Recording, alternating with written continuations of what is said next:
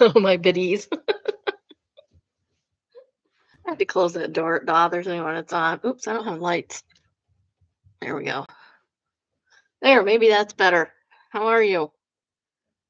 Um, I hope you had a great weekend. I had a great weekend. I had a really good weekend. Um, my well, Friday was, Friday.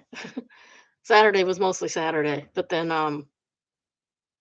my husband comes to me right before dinner time. Says Brandon BW wants to come over.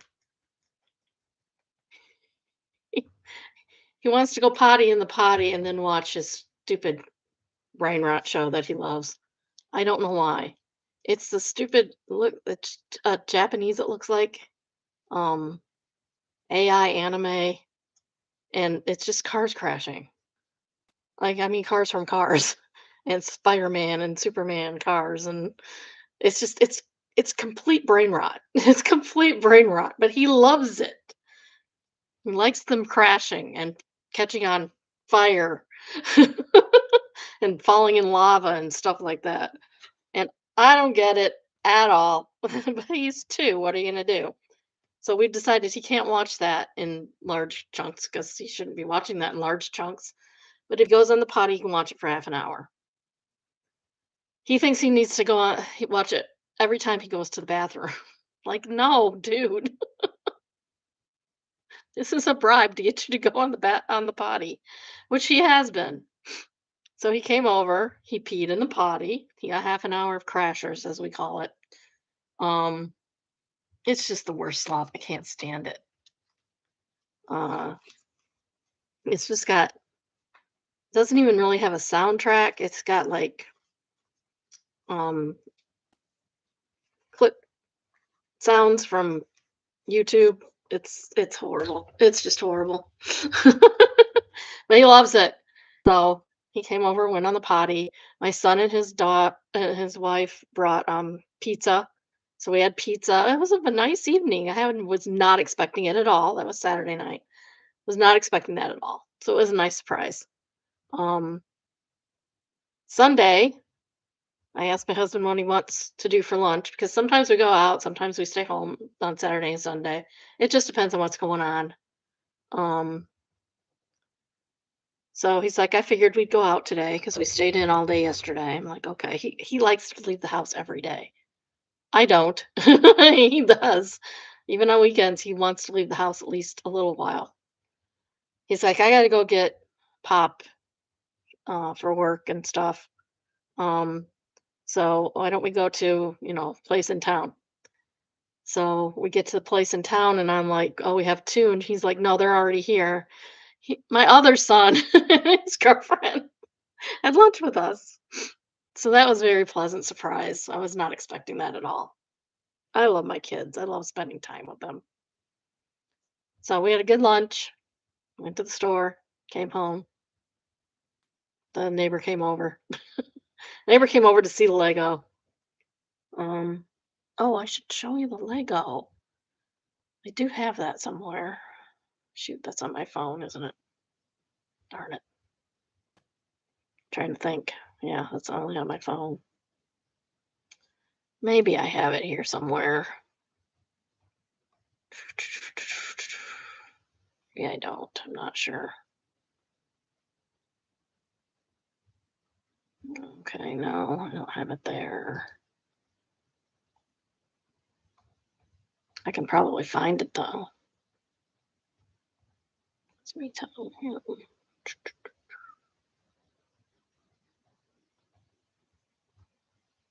No, I'm gonna have to look it up on. I know where to find it. I know where to find it.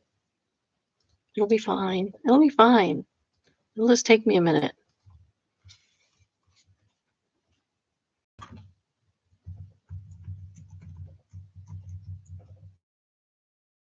Shoot, that's on Facebook. It's on the Book of Face.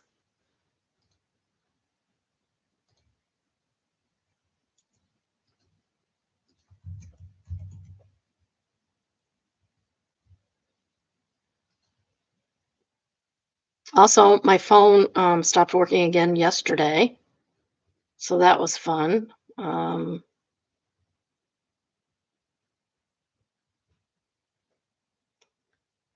so I'm gonna have to buy a new phone probably today at some point. It's gonna be super expensive, and I'm not looking forward to it. Search groups. I don't want to search groups. Where's the people?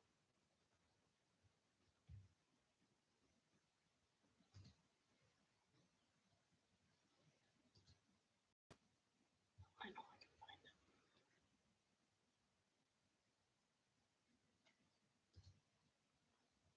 it. Yep, here we go. Okay. Well, I found it.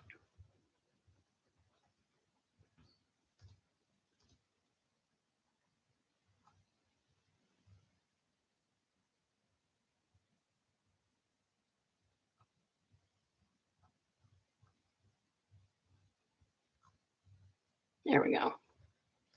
I found the correct post.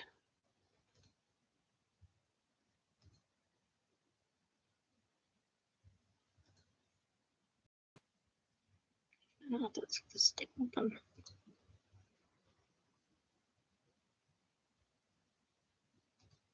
There we go.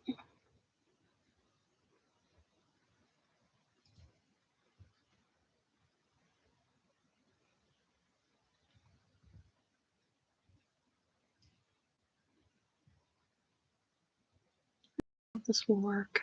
Darn it. Did not. Did not work.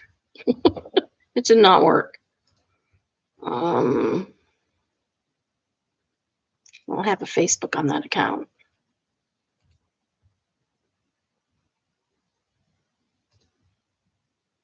I should have done this earlier. Sorry.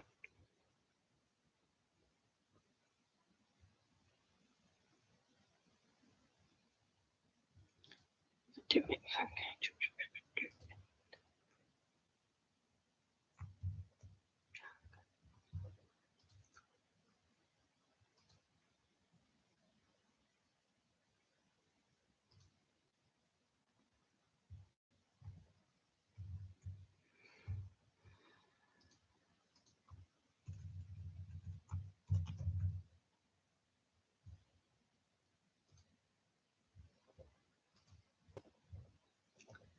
Well, let's see if I can do this.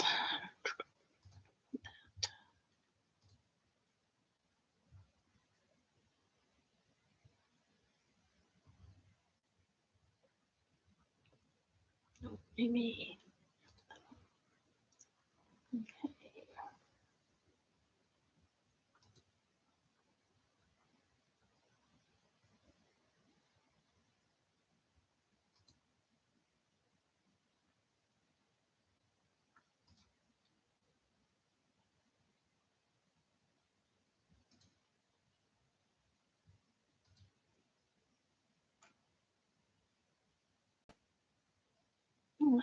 Hold on, no, I want to upload, not download.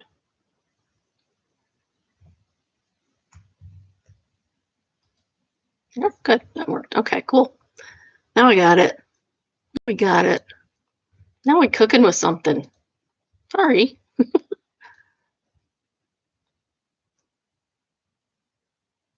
So, Halo Burger is reopening downtown Detroit or downtown Flint. My goofy husband decided to.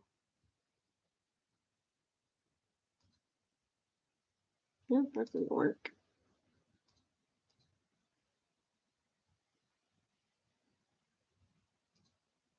Yeah, that's better. A little. Um, Decided to make a model. So a few days ago, when I said I was doing stickers, I was doing stickers for this model. He worked so hard Thursday to get this done. Friday morning, that's what I was doing, was stickers for that model. He can't get the stickers apart for some reason, and I'm really good at it. So, so I made the Genesee page. I think it made Halo Burger reach. If you look up Genesee County, it's on the Genesee County webpage. on Facebook. And Halo Burger Facebook also shared it, I think. I think they did. I just think it's funny. He's such a nerd. Oh, I knew what I was getting into. It's okay. I knew what I was getting into. Well, I didn't know the Lego thing was going to be a thing because that wasn't a thing for the first 9 years of our marriage. And it became a thing, and it's been a thing since. So anyway, that was part of my weekend, was dealing with silly Lego stuff. Oh, I'm a nerd. There's another one he wants to do now. I asked him what his next project was. Keeps him out of my hair a little bit, so it's fine. He's gonna go for a whole week, um, this summer to a conference.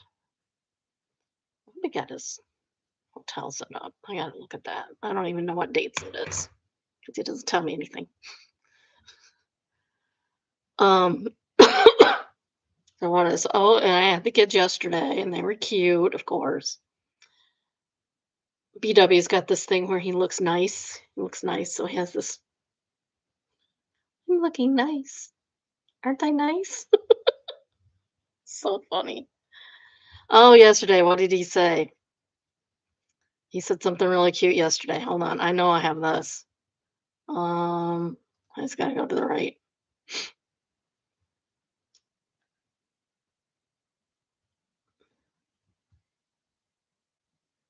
Oh, he's brought me a broken construction truck and he told me the cab is missing. And he said maybe they walked away with a spider. Totally silly.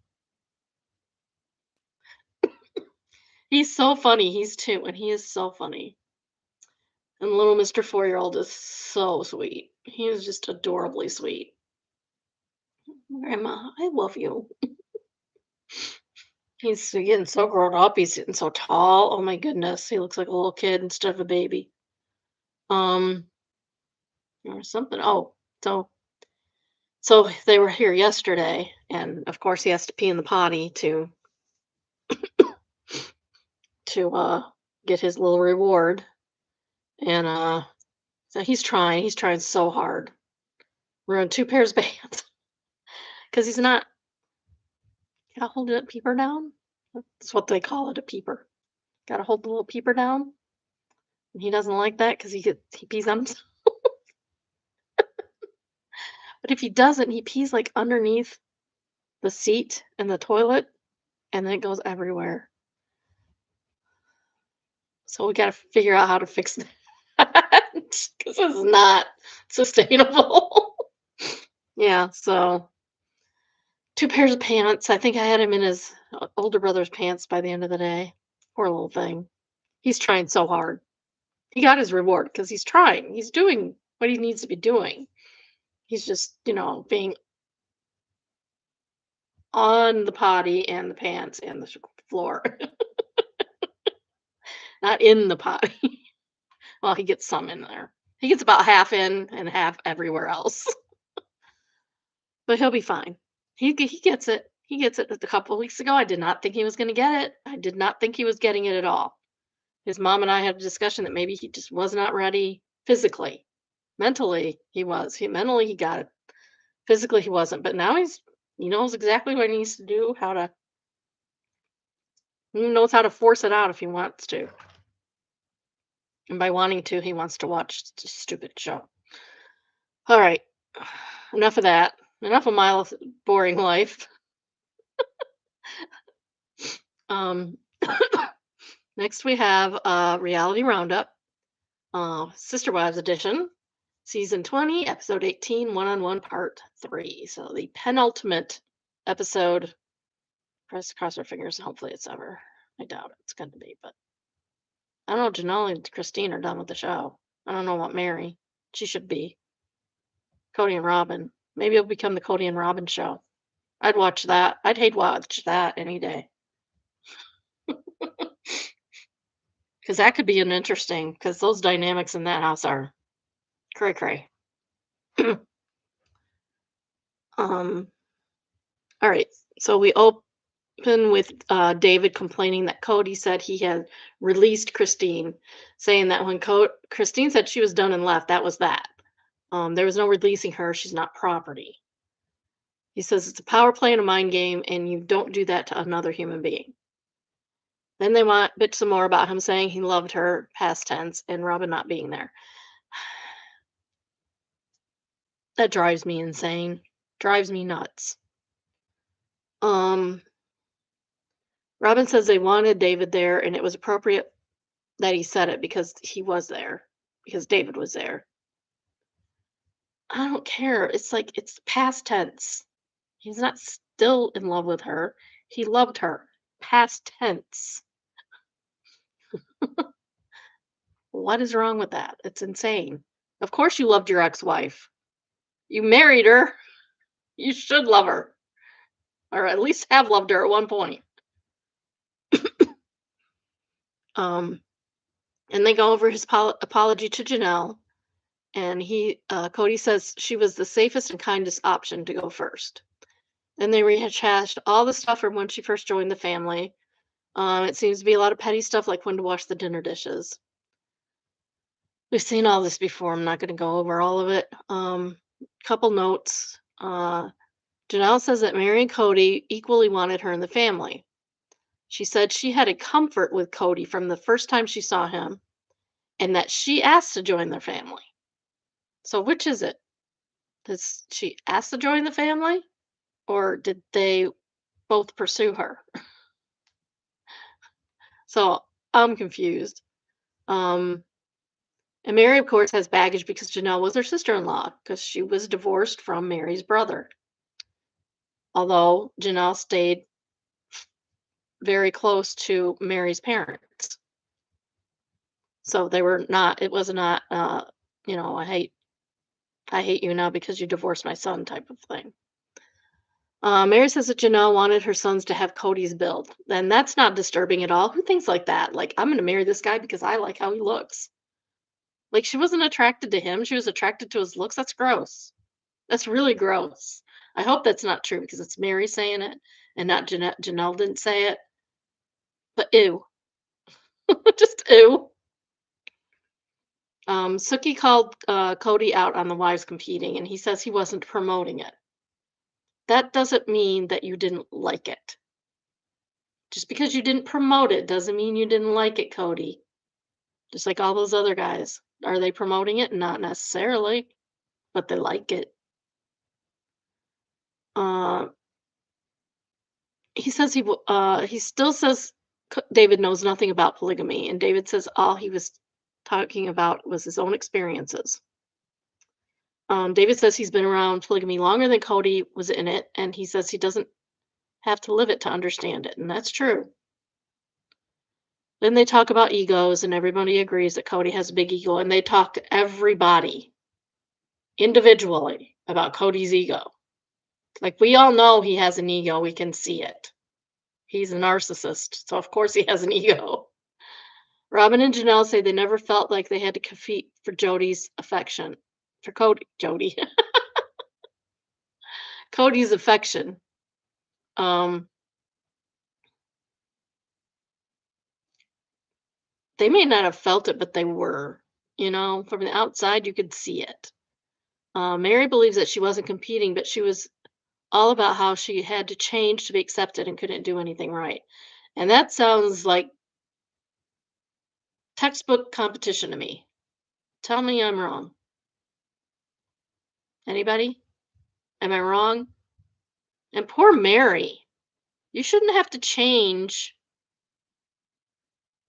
your entire personality for someone to love and accept you. He should have loved her and accept her as a full human being, which I know these women don't see themselves as. I've seen that happen when women like this realize that they're actual full human beings. It's crazy. It's like insane. It's good. It's good when it happens, but it's insane. um, the women all agree that Cody's apology was for himself, and we all know that. And we end with Cody saying one of them, he and Mary, through first blood. And then he says something that sounds like he thought she did. And then it ends, and there's only one more episode left. And it'll be, it's not going to be tomorrow, Thursday or next month. We'll get to that later. It'll be Thursday or it'll be early next month. It might be early next month. And that's all about that. I told you I did not make a lot of notes because it was all rehashing of old wounds. We've all heard it before. I'm tired of it. I know you're tired of it. Let it go. Okay, next we have Murdered by Words, and it's entitled They Stand by Literally Nothing. They're showing Biden and Obama speaking at a funeral, and I don't know what funeral this is or what they said. There's no context at all. It's by some idiot named Chris X. Who speaks at a funeral to push their political agenda? These two are trash. Like, presidents speak at funerals like all the time.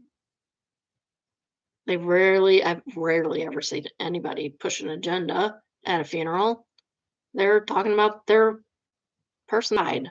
Even if they didn't like him, they say nice things. And then Michael Bushnell answers. Here's a 45-minute video of Trump speaking at Charlie Kirk's funeral and trashing everyone under the sun. Shut your wanging bitch butt up. And then there's a YouTube link to Charlie Kirk's funeral. President, and we all know what he said. Also, your husband, they're married to Trump. Everybody, all the MAGA's married to Trump. Trump, like, literally said he was glad somebody was dead. So I don't want to hear it from him anymore, ever.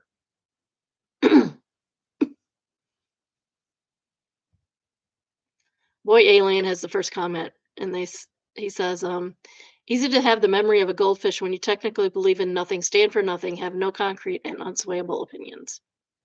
Exactly. Rigatoni Pasta answers, they believe in and stand for things, making more normal people miserable.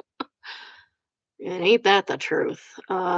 Irritable Gourmet says, also, they were speaking at a funeral of a political activist. And Old School AJ says, yep, I don't think that was out of place to be political speeches, for there to be political speeches at Charlie Kirk's funeral. Well, that is until WWE style pyrotechnics started going on. I mean, as a political activist, yeah, they're going to talk about political stuff because that's who they were and what they did. And there's nothing wrong with that. And presidents talk at other people's funerals. Trump can talk at any freaking funeral he wants to, as long as he's invited. Who would invite him? I don't know, but all right, that's it. That's all I'm doing for that. This is a one-star review of Arches National Park, and is entitled "Arches is a Nightmare." This is from junk email in Moab. They really need to make a decision to limit the number of people, especially cars, going into Arches National Park. They are. That's what all the other people are complaining about. This is from Wayback Machine, 2018. They need a shuttle system like the other Utah's national parks have at Zion and Bryce. Our visit to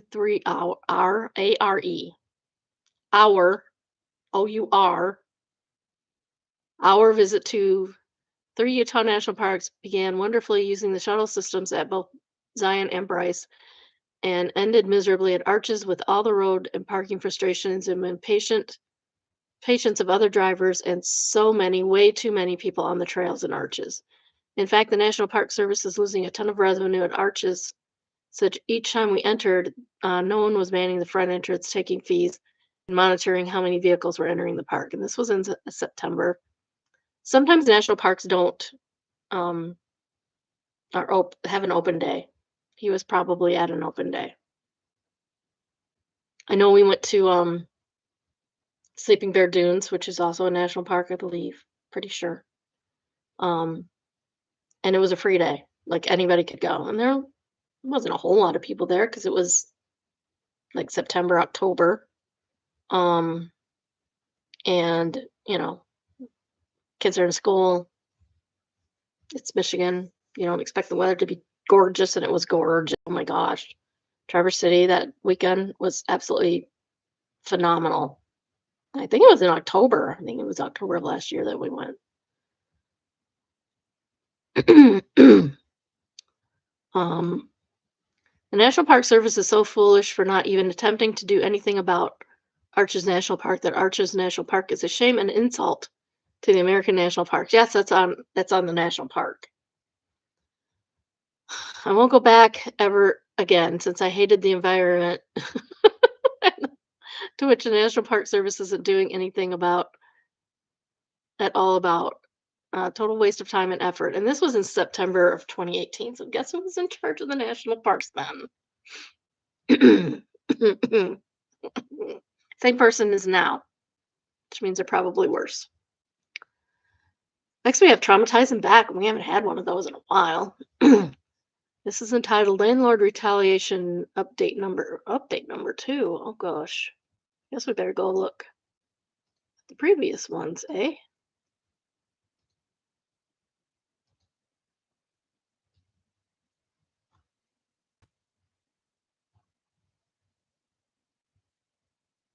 It's an update. Okay.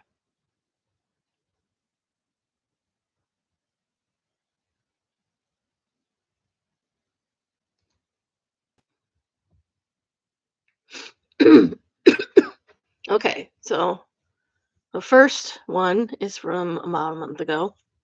And it says, okay, so I had a plumbing issue for months. It started when I was having a miscarriage. Oh my goodness, I'm so sorry. That's heartbreaking. I knew it was a very expensive repair. Ultimately, nothing was done until I had literal crap coming up in my bathtub. That's horrible. Ugh. Talk about um insult added to injury there. Uh, I threatened escrow twice because of the plumbing, and that's how I got the repair done. We've have quarterly inspections where they come and look at the place and are supposed to change the furnace filter as it says on the mandatory resident benefits portion of my lease that I pay $25 a month for.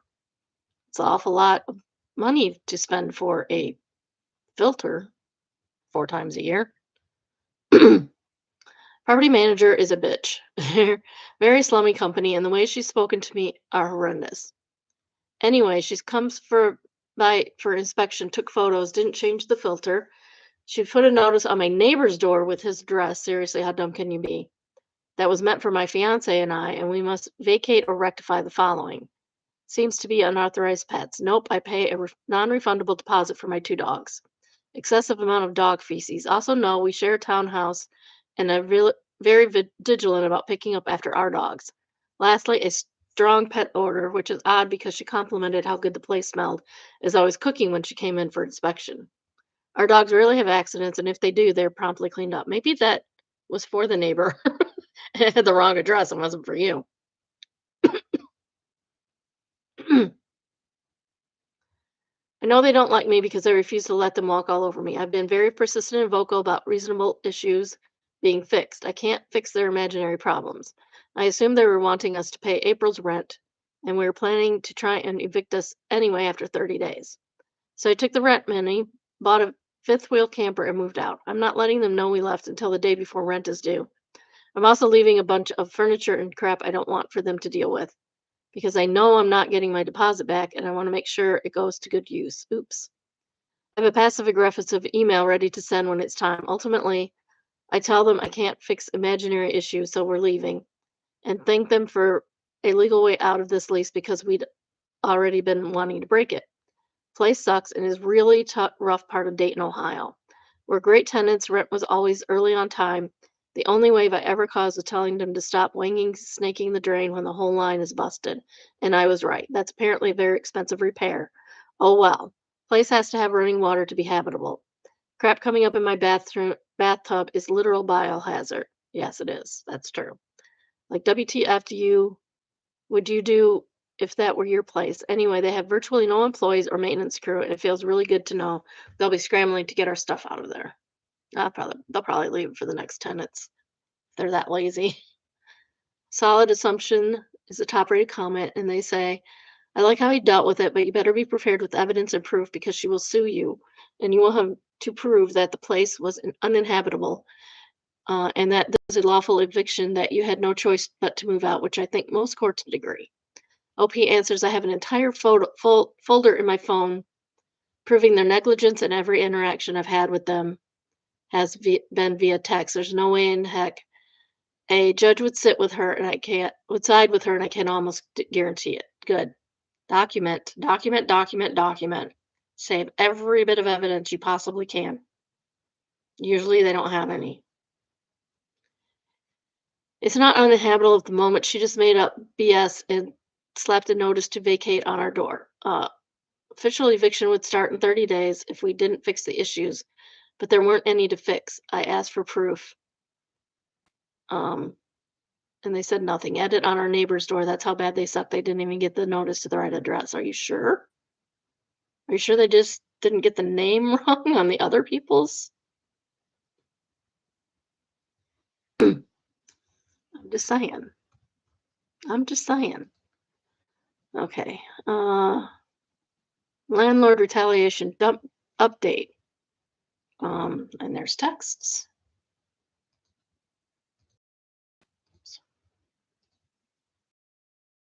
Of our intention to vacate the premises as requested will be out of Bedford Avenue, it looks like, by March 31st. We ultimately decided we cannot rectify issues that don't exist to begin with. So we're cutting our losses and moving on. We can leave the key in a lock on or before March 31st. We really appreciate the opportunity to turn in a legal way that won't affect our rent history. That is great passive aggressive. Like you want us gone, we are gone. Good morning. Please be advised that while a 30-day notice to correct was posted, this is not an out of your lease. Vacate the property on March 31st. You will still be liable for rent for the remainder of your lease till November. Oh, they haven't even been there 6 months. To continue paying rent. No, we're not going to continue paying rent after we move out. You asked us to leave, so we are. Good morning. Please. This is not an out of your lease. Oh, okay. That one. Monetary eviction will be filed for any damages as well as rent due. And I say, well, you've got my $900 security deposit. If you'd like to waste time and money going to court for a monetary eviction after you've quite literally told us to vacate the property or rectify the issues that you cannot prove even exist because you made them up, go ahead. That will not hold up in court. And although rent states in the lease, we'd be responsible for attorney's fees. That's revised code. So again, if you would like to take this to court, that isn't even up to code that you told us to evacuate, be my guess. So that's interesting. And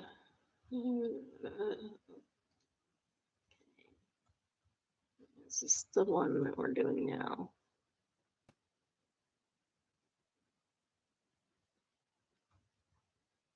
Oh, update 2. What is this one? That's update 2. Okay. So the main one is update 2, but there's another update after this one. Why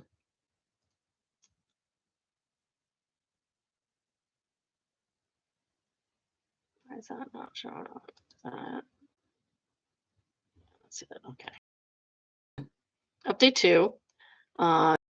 Following up to ensure that you are continuing for the remainder of your lease. As mentioned, if you leave, you are still responsible for the remainder of the lease term. Again, 30-day notice is not an out of your lease. It is a notice to correct the issue. Blah, blah, blah. No, as I said, we've gotten our majority of our things out of the unit and will be completely out of by tomorrow. We will leave the key in the mailbox. There is no issue to fix because you lied. I took photos of the yard prior to the inspection. It was completely clean of any dog feces, and the 2 dogs we have are on our lease. How do you expect us to rectify issues that do not exist? I'm going to continue paying you rent just to have an eviction filed anyways, in monetary eviction in court. That's your prerogative, but you posted no correct imaginary issues and we chose to vacate. That property is not up to code via text from whatever plumbing inspection evidence through text messages with somebody else. Fact that you posted the notice on the wrong door, proving your incompetence. Go ahead and do as you please, but as of tomorrow, March 31st, we are vacating the unit. No intention to give you another dime.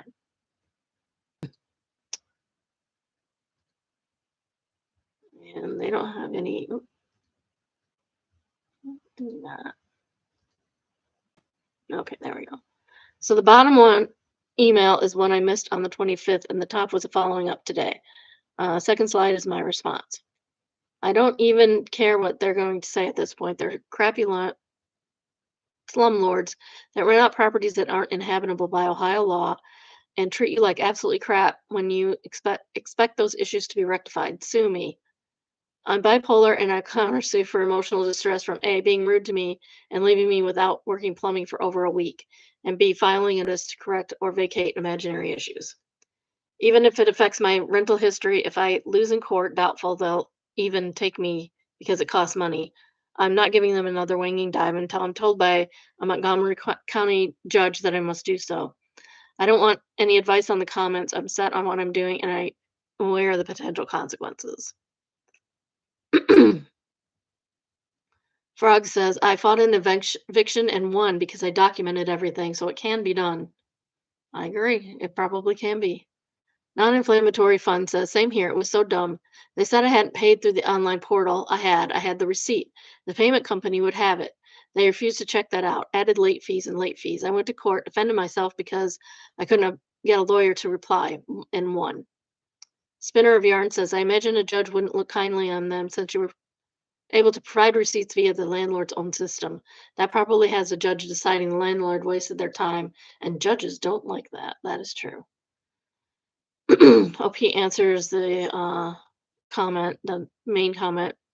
I tried to pay rent early with these people once. They don't take payment out right away, and I had an automatic auto payment going through, so the payment bounced, and they charged me a $75 fee. Wouldn't waive it or knock it down a bit either. I was trying to pay early. Cucciolo said the rent money you set aside just disappeared because they didn't collect it early. It paid a different bill instead. Somehow that's their fault. I've been unfair and crappy to you. They've been unfair and crappy to you in other ways, no doubt. But you can't justify having your rent money in your account once you've authorized payment.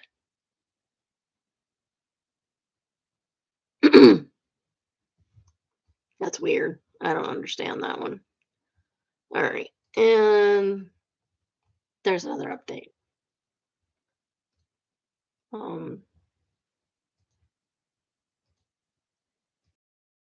This notice is to inform you that we have withheld security deposit upon termination of the rental agreement and any property or money held by the landlord, as the security deposit may be applied to the payment of past rent due and to the payment of the amount of damages that the landlord has suffered by reason of the tenant's noncompliance with code or the rental. Security deposit shall be itemized and identified by the landlord notice delivered to the tenant together with the amount due within 30 days after termination of the rental agreement and delivery of possession. The tenant shall provide the landlord in writing with forwarding address or new address to which the written notice and amount due from the landlord to provide the landlord with the forwarding or new addresses. The tenant shall not be entitled to damages or attorney's fees under division of the section. Past due rent 900, resident benefit package 25, notice posting fees 25, early pay discount removal 100. Don't know what they're doing. Dumpster 400, clean out 200, hazardous waste cleanup 250, replace bedroom door 250, flooring damage bedroom and bathroom total $150. Security at 400. Past due remaining $1,750. Yeah, no, that's not happening, dude. To whom it might concern, good afternoon. I'm going to see for repairs before we pay anything, not including unpaid rent, as it's been acknowledged that we vacated before April 1st. Thank you in advance. Listen, so I'm really tired trying to work with you guys here, but I'm going to have to put my rent in escrow until this is fixed. This is from January. I've been well within my rights, as you have been aware of, too, and apparently we are at an impasse. This is a health issue at this point, as there has been fecal matter coming up through our bathtub on multiple occasions. Toilet fills up and doesn't flush every other time we flush it. The toilet water is bubbling up from the toilet, and the shower drains keeps clogging as well. There's a massive snowstorm this weekend, I'm sure you are aware, and I'm really hoping it holds up until then because it's been getting progressively worse the last few months. Just so you know, the plumber is not done there yet. He's still working on it.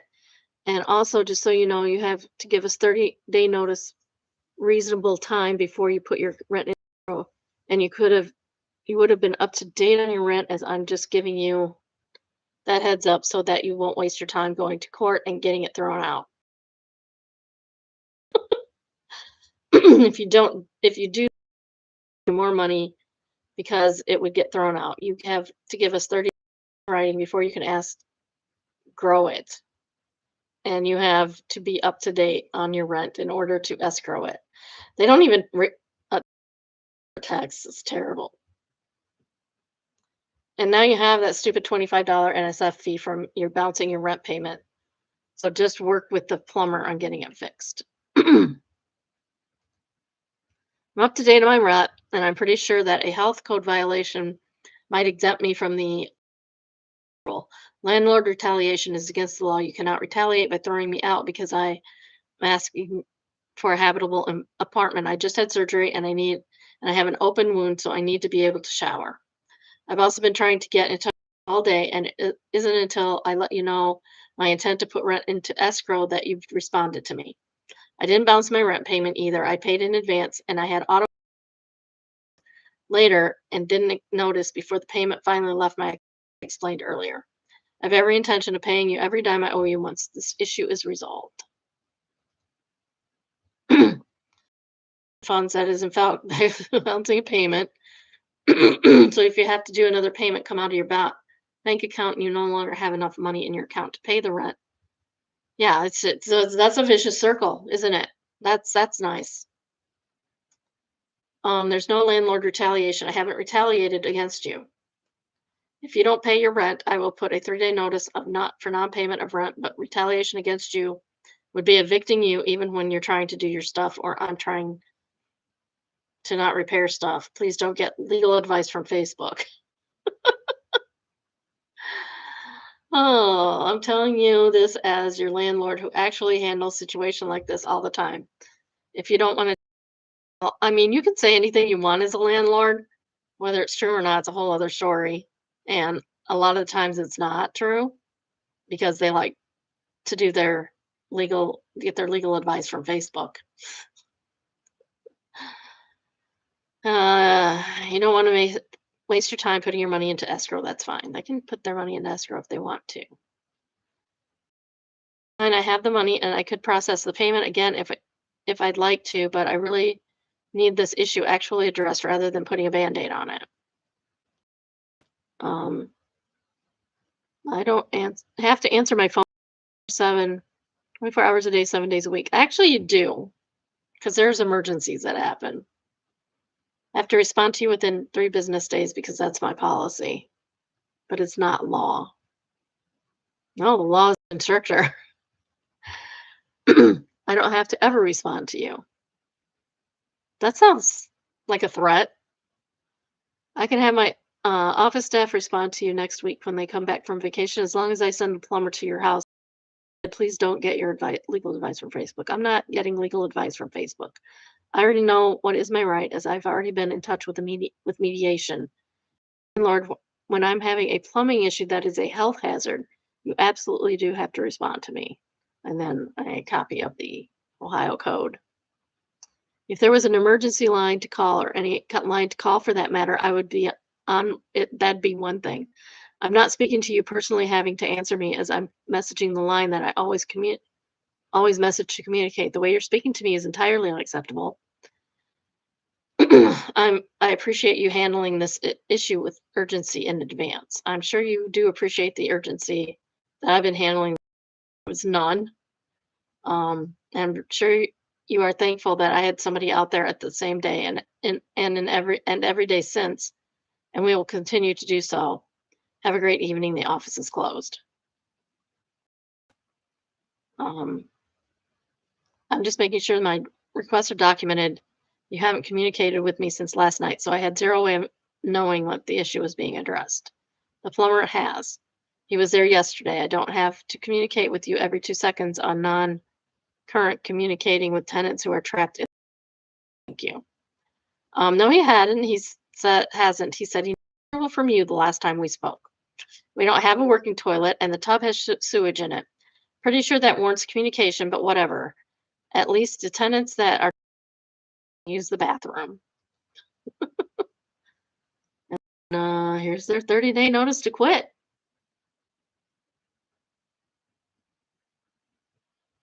I mean, that looks like a notice to me.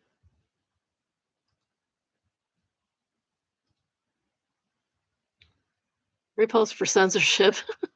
All right, so I received this email from the company couple of days ago. I responded with my new address and sent a follow-up email because those numbers were pretty ridiculous.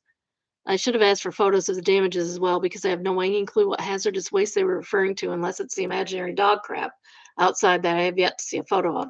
No, it's probably the crap in the toilet. They're blaming on you. That's probably the hazardous waste. I'm not paying crap. Notice it says to leave or fix the issues that don't exist, and my deposit should cover anything they need to do in that place.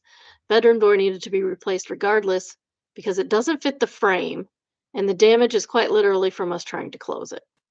One of my dogs did rip up some of the carpet around the door in the bedroom, though. I got hair dye on the LVP flooring in the bathroom. And as I stated in my original post, I left all of my furniture for them to deal with. So some of it is kind of fair. At least she acknowledges that. I expect my deposit to be kept, but to tack on another $1,750, yeah, no. Also include a message with the property manager around when we had the plumbing issue to show just a bit of her behavior. For context, I've been contacting them about the plumbing for 3 days at that point. It's a lot more crappy messages from her over the course of the 5 months we lived, but there's too much to read. The notice is posted as well. Weighing them. I'll pay what I need to if a court orders me to do so, but I doubt they're going to waste their money on that. It'll just sit in collections. My credit sucks already.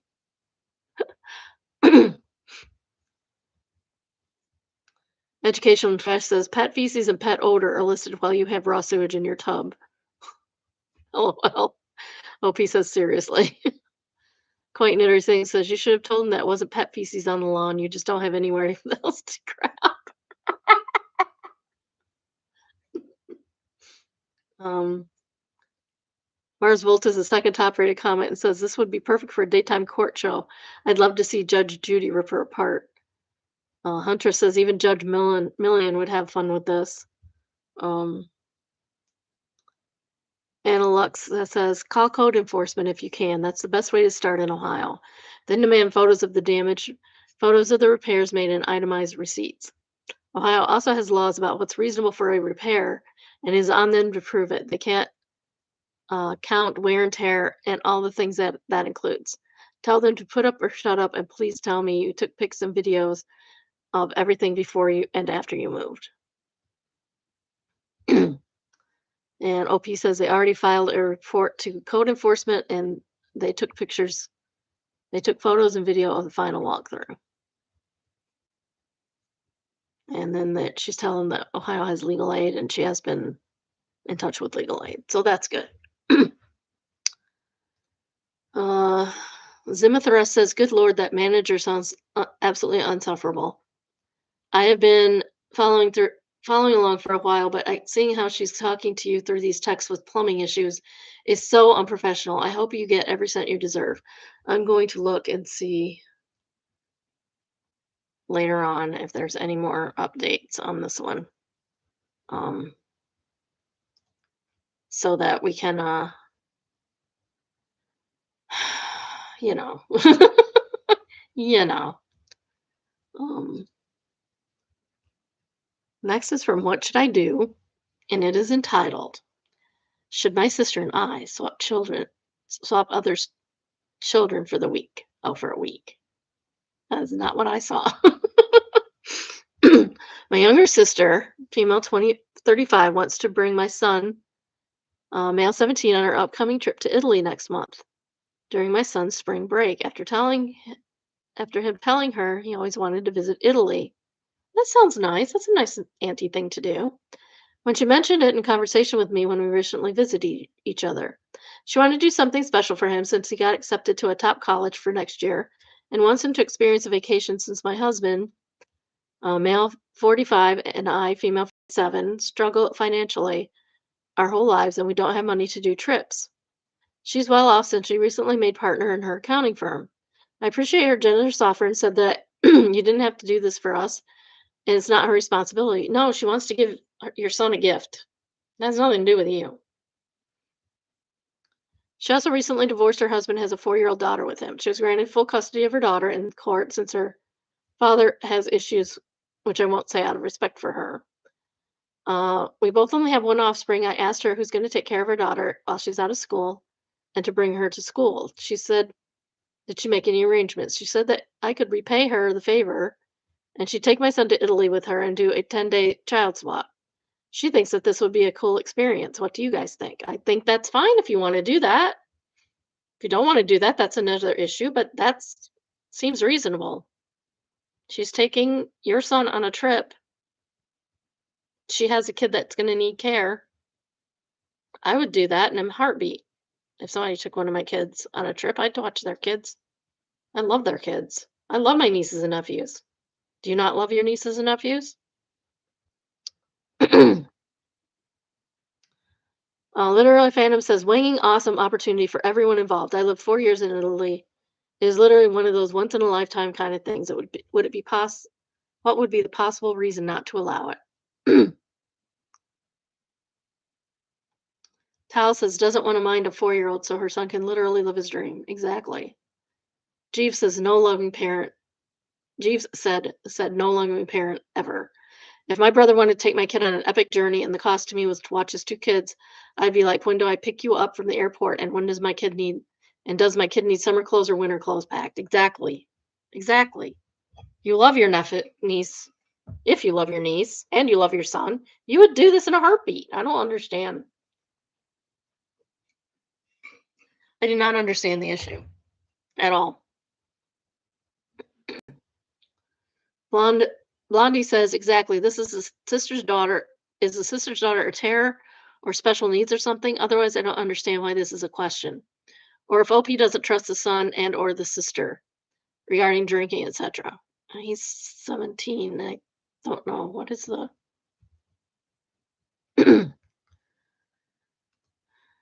what's the drinking age in Italy?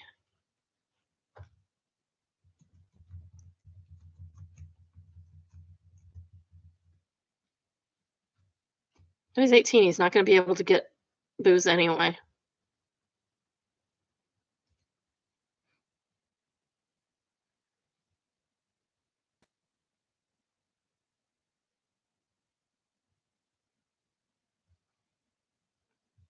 Yeah, it's fine. He won't be able to drink anyway if he goes. If he goes after his birthday, he will be able to, which is fine. When my kids turned 19, they started going to Canada. Why? Because I had already gotten them enhanced driver's license so that they could for school stuff, but they already had it. And they're 19, they're adults, they can do what they want. My son-in-law had his enhanced driver's license because he went on the same trips in high school as my daughter because they knew each other in high school. Well, they were super close friends in high school, but they didn't start dating until after. So yeah. I will bring your water says, what are your reservations about? Seems cut and dry choice decision, so there must be an inkling of something off to you to bring it to Reddit. Only you know the answer. Do you want to watch your niece? Do you trust your son with your sister? The answer to both is yes. I don't see why you wouldn't give him that experience of bonding time at home. If the answer is no to either question, put that in your post. OP says she said that she's going to parent him like her daughter for the vacation since she doesn't like my parenting style. She's more strict. She wants no phone and electronics time for him during the day and wants him to study 1 hour each day during the vacation. Also wants to ban him listening to music and watching shows, which she thinks are a bad influence. That's part of her deal. Well, that sounds like that should be between the son and the sister in law and have nothing to do with you. Miss Fritter says, as long as your son is aware and will respect the rules, I say go for it. Plus, he should be away from electronics and watching his usual shows while on such a special trip. And I agree. Silvertongue says, Andy's almost an adult. He should fully be able to decide if this is something he wants. My concern for the 4-year-old is she interested and comfortable in spending 10 days with her aunt, or would she rather go to Italy with mom and cousin? Oh no, the 4-year-old's totally going to want to spend time with the aunt. Are you kidding me? She's going to be able to watch TV? No, no.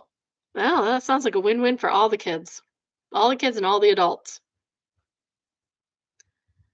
Next, we have malicious compliance and is entitled Deny My Expenses Fine. You can pay more than triple. Ooh, this is a quick and dirty one. I'm based in the UK and often have to travel for work via train to our head office. I typically get public transport to the train station. I've lived walking distance to local connections and just pay the nominal amount for public transportation tickets myself. One particular journey, shortly after moving house, I decided to drive to the train station and leave the car there. I needed to get back for an appointment when my return train got in and wanted the car there to make it on time. That seems reasonable. Like a good employee, I submitted my expenses, including the car park receipt, £20, which cost significantly more than the usual public transport ticket, eagerly awaiting reimbursement. I was disappointed to get an email advising, as per travel and expense policy, I was unable to claim the driving related expense without completing a specific driving for work attestation and supply updated car insurance proving my car was insured by me at cost to me personally for driving to work, not commuting, which is essentially what this was. Fine, you know what? You keep that £20, but if we're going to force compliance with travel and expense policy to complete that game. Suddenly, all the 2 hour and 52-minute trains were inconvenient. I had to book in, different, slightly longer 3 to 4 hour minute trains, 3 hour, 4 minute trains, making them under the travel and expense policy eligible for first class travel. Oh, and as my journey time is is longer than 3 hours as per travel and expense policy, I'm now eligible for overnight stays, which of course means that I can submit expenses for my meals as I'm away from home in a hotel for my evening meal as per travel and expense policy. And then, of course, reasonable travel expenses, as detailed in the travel and expense policy, also cover taxis for unsociable hours. So, fortunately, that 6 a.m. bus ride is now a $3 and $6.30 or a 6:30 Uber, and that late night 10 p.m. bus ride when I get home is also now a nice, comfortable Uber, costing around $40 or 10 times what I paid for myself at the public transport tickets. I think I more than tripled the cost of my having to travel to head office on each trip, purely out of spite over £20. I'm maliciously complying to the good old, yep, you guessed it, travel and expense policy. That's the way you do petty. That's more like petty revenge. 3 a.m. Green Coffee said, I got a new manager who decided to make her mark and impress her own boss by reducing expense reimbursement and enforcing the expense policy to the letter. When we read the policy carefully to avoid violating it, we discovered our $50 per day limit had actually been increased to $75 and nobody had told us. I also discovered that although managers were letting people, we got lunch if we traveled more than 60 miles to a work site, the threshold was actually 1 hour. It didn't mention miles and traffic. A 40-mile trip can usually qualify for lunch. I've lived about 50 miles from one of my major work areas, so now I get a $75 allowance for lunch every time I work there that I hadn't been claiming. And there were some world-class restaurants there. That manager couldn't understand how our crackdown has resulted in increased expenses. She reviews every report looking for violations, and they simply aren't there. Brainwave C, as my spouse likes to call it, the stricter the government, the wiser the population. Lampwick answers, quotes, the manager couldn't understand how our crackdown has resulted in increased expensive. People like that never seem to realize that most employees, if treated well, will go a bit out of their way to save the company money if it's not an inconvenience for them. Exactly. Exactly. You treat your employees well, they'll treat you well. You start being petty, oh baby, the petty will come out. But as soon as you turn the travel reimbursement system to an adversarial relationship, they will instantly become completely unwilling to inconvenience themselves for the company benefit and structure their reimbursable work expenses for their own comfort and convenience. Company cost be damned. It's just like the old joke where a traveling businessman gets out of the cab and opens his umbrella, but the wind gusts and turns it inside out and wrecks it. On his expense report, he puts umbrella $20. The bean counter kick it back with a note, you can't expense an umbrella. So now he removes it and resubmits. The next time he travels, he submitted a expense report that's somehow higher than usual, but within all the rules. At the bottom, there's a note that says, now find the umbrella.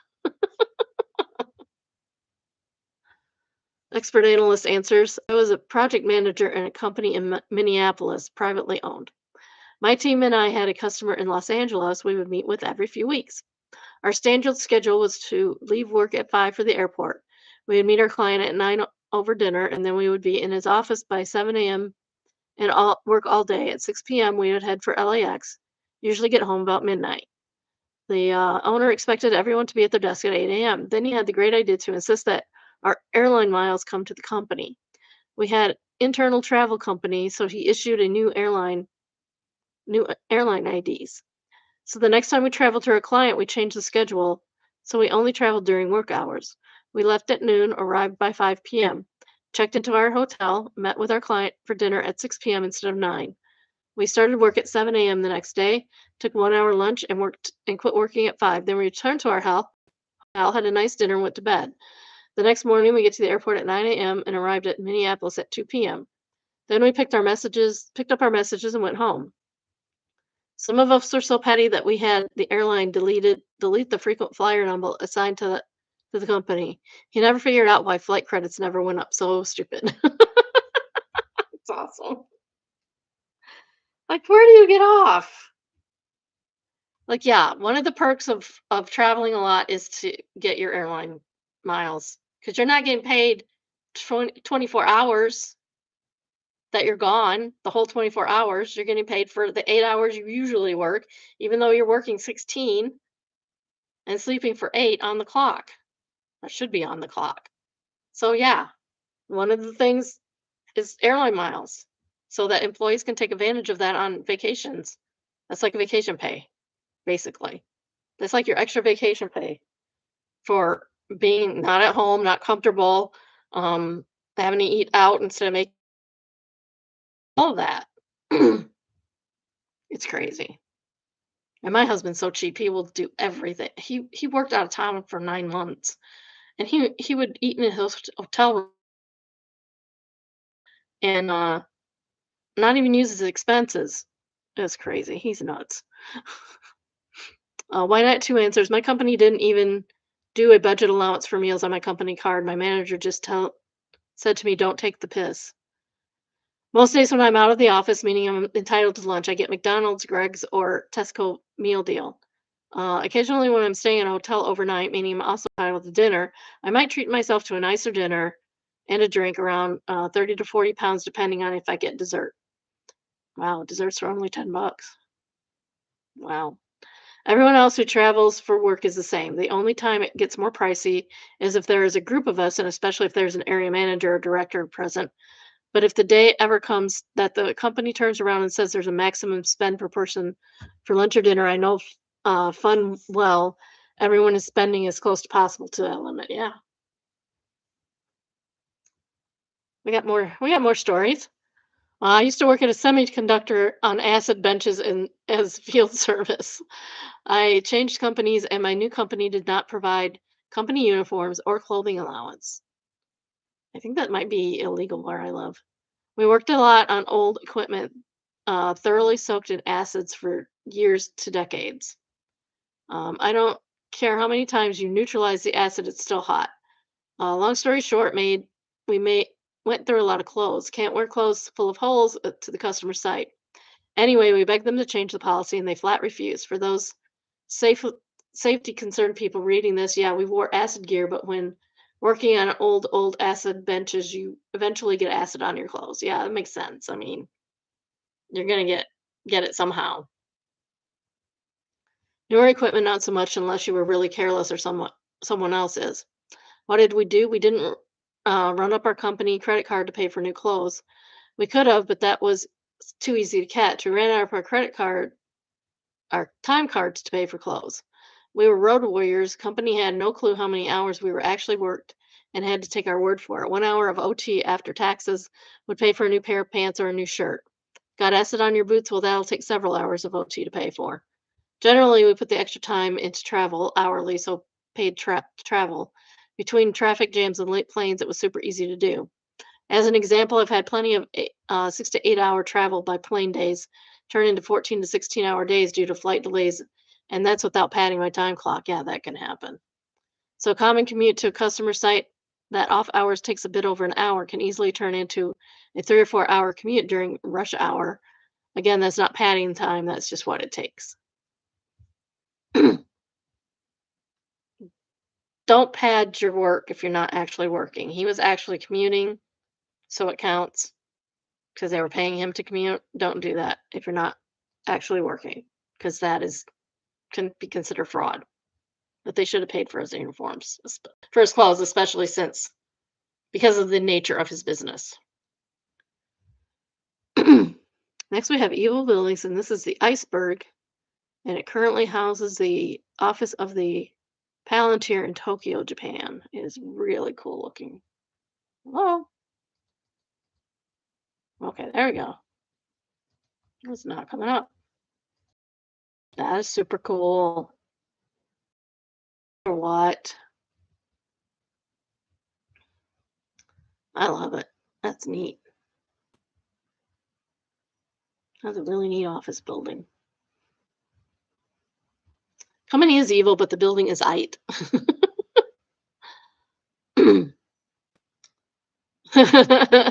Newbie Goober answers, this building is sunk the Titanic, right? It's cube. It's Ice Cube, not the iceberg building. Electricum says terrible company, interesting building. Warm says they knew Saruman was a bad guy, right? No, they know. They know and they don't care because they're evil also.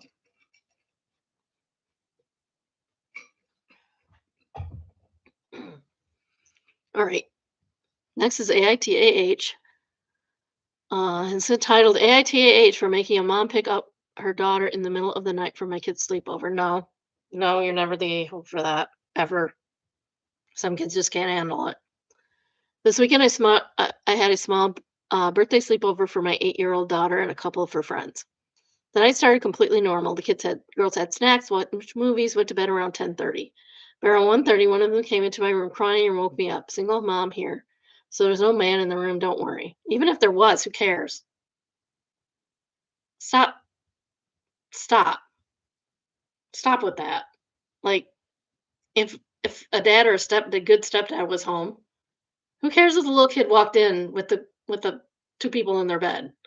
It's not that big a deal. She was scared and wanted her mom. Yep. While I was trying to calm her down, she told me this was her first time sleeping somewhere new, and it was unbeknownst to me and caught me off guard. I did my best to try and comfort her. Sat with her and got her a drink, but she kept crying and getting more worked up, repeating that she wanted to go home. Kid wants to go home that badly, you send him home. I gave it some time, but it wasn't getting any better. So at that point, I felt like it wouldn't be right to force her to stay somewhere where she's clearly not happy. Exactly. The next morning, she texted, um, I called her mom and asked if she could come and pick her up right then and there. Her mom came, but she seemed annoyed. I mean, I might seem annoyed because I probably would be annoyed, but not at you. I'd be annoyed at my daughter who's 8 years old and can't handle sleeping somewhere else. But I would also train my daughter to sleep elsewhere before this. Staying with the grandparents, staying with aunts and uncles. My two grandkids, they stay with us. They stay with my daughter. They don't stay with my other son, but you know, I don't think those two are gonna have their own kids. So, um,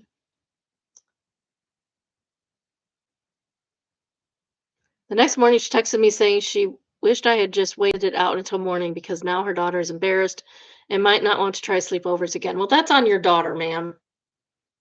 I did the best I could. Too bad for her. Maybe sleepovers are not her thing.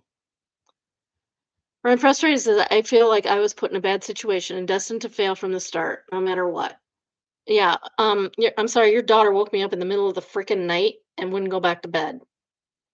I need my sleep. Your daughter, not mine. This is on you.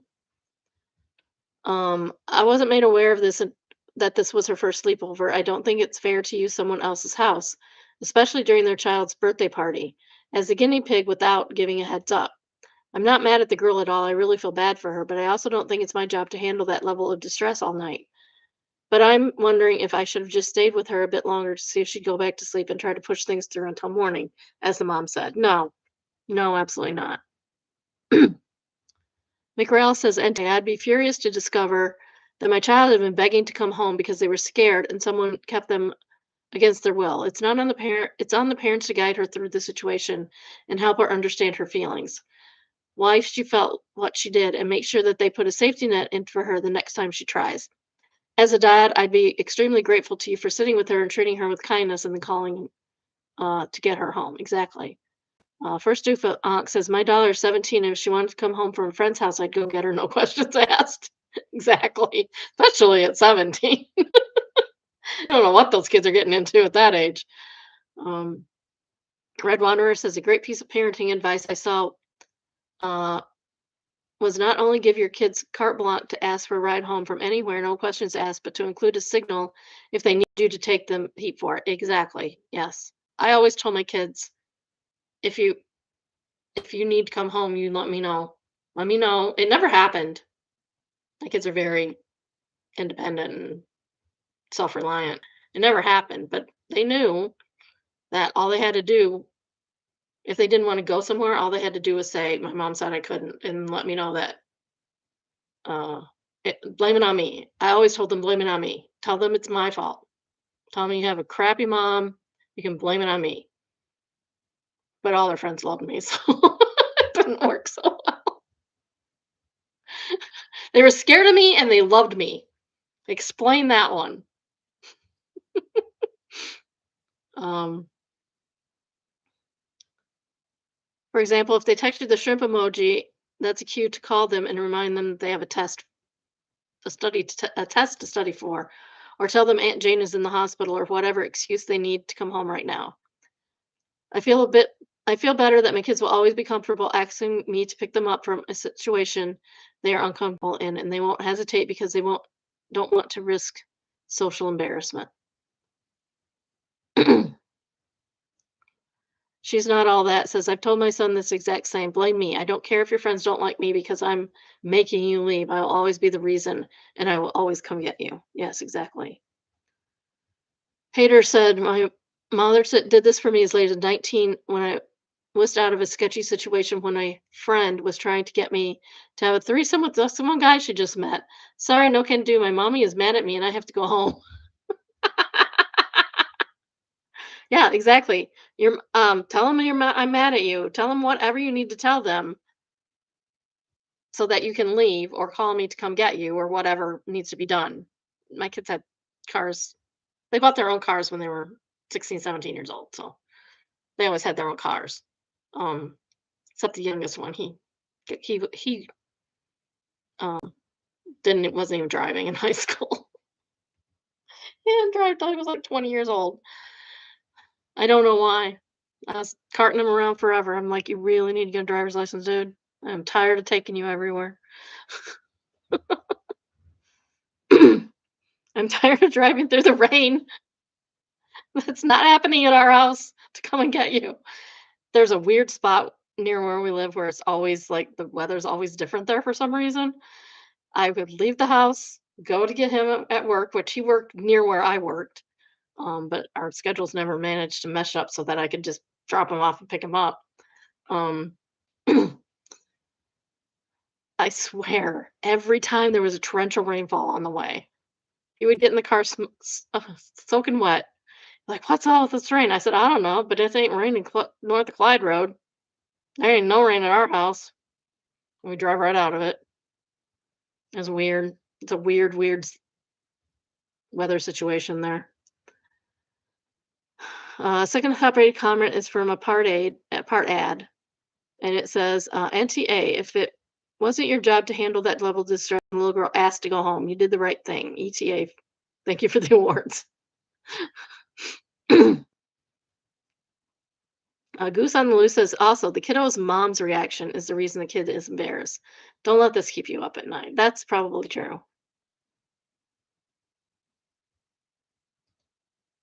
I've had to call my friends over and say, hey, your kid needs to come home. He's not like gonna make it the night. But we were in agreement on that beforehand. Siren Amanda says, not the asshole at all. Mom should have told you that it was the girl's first sleepover for one, and that poor girl's embarrassment is unfortunate, but it happens to a lot of us at that age. It will pass, the girls will forget and move on to other things. OP says, thank you. We're kind of in a new neighborhood, so I was worried this just ruined my daughter's shots of having friends and the mom friends for me. But that mom seemed like someone I wouldn't want to be friends anyway. Yeah, exactly. Buff Hen says, NTA, I was that little girl growing up. My parents had to get me several times and they did it without complaint. That mother is expecting you to refuse that little girl's pleas to come home is bonkers. Not only is it cruel, but it sets you up for trouble. You did the right thing for you and that little girl, and that mother was only thinking about herself. Takes balls to expect another mother to deal with their own upset child in the middle of the night. True that. Next, we have neighbor some hell and is entitled. My neighbor has been telling everyone in the building I'm moving out, and I have no idea where she got that from. I have lived in my current apartment for 2.5 years, and I have no plans to leave. My current lease is current, my rent is paid. I like the building and the location. About 6 weeks ago, I ran into a couple from the fourth floor in the elevator, and they asked how the packing was going.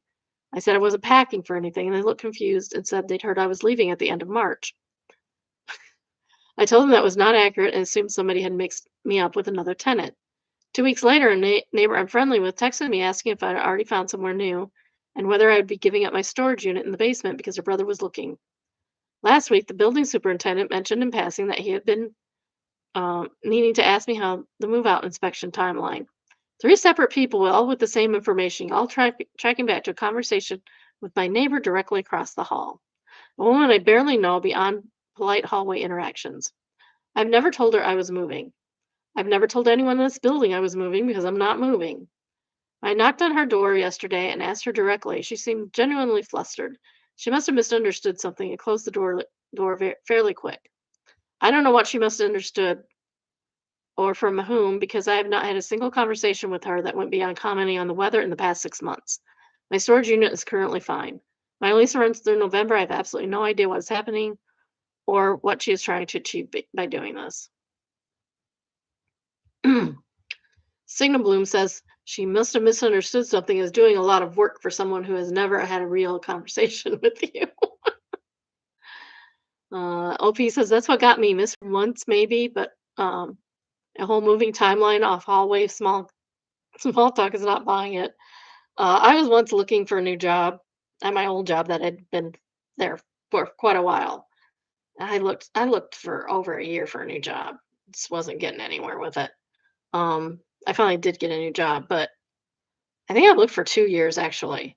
So about a year into um, looking and not achieving, looking, interviewing, and not achieving, one of the guys came up to me and goes, I heard you're leaving. I'm like, well, not yet. It was a whole other year before I got another job. Like, who told you that? Somebody's really looking forward to me leaving, apparently. It was fine. It was fine. We were all friends. It was all good. I told my boss, I'm like, did you tell somebody I was leaving? Because rumor has it that I'm leaving, like, imminently. I'm not. I did finally leave. I didn't tell anybody I was going. I did see one of the guys from work in Costco a couple weeks ago. That was fun. Who would even comment that to a third party if they didn't know you were moving? I'm always friendly with my neighbors and we have each other's phone numbers, but didn't discuss with my neighbor to one side when I knew what the other was moving out soon. It's such an odd thing to do, which adds to the this is a campaign against you theory. Contact your landlord and make sure there isn't a concern of them terminating your lease based on false information. I wouldn't put it past her to have imitated you in emails coordinating your breaking your lease. That would be weird because don't you have to go sign something for that? Deme Demea Demea has the second top rated comment, and she says, "Hopefully she didn't send the management an email or letter pretending to be you stating you'll move out. It's been suggested write and call the management that you absolutely won't move out."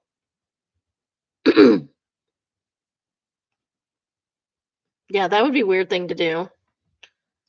What the manager should know because the building and maintenance guy already asked her about it. And she said no. So he should be communicating that back to the office just in case. Old mycologist says she wants your apartment and your storage unit, obviously.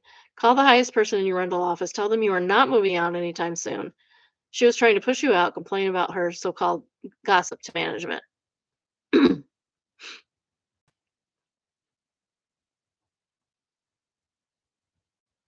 I would just go into the office and say, "Hey, what is this rumor about me leaving? Do you know anything about it? Because I hope you don't, because I'm not."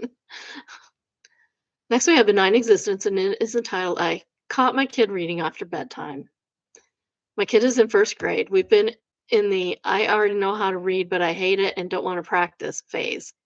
I've been trying and failing to getting him something, to find something he enjoys reading, or even to admit that he actually enjoyed the story he was reading during practice time.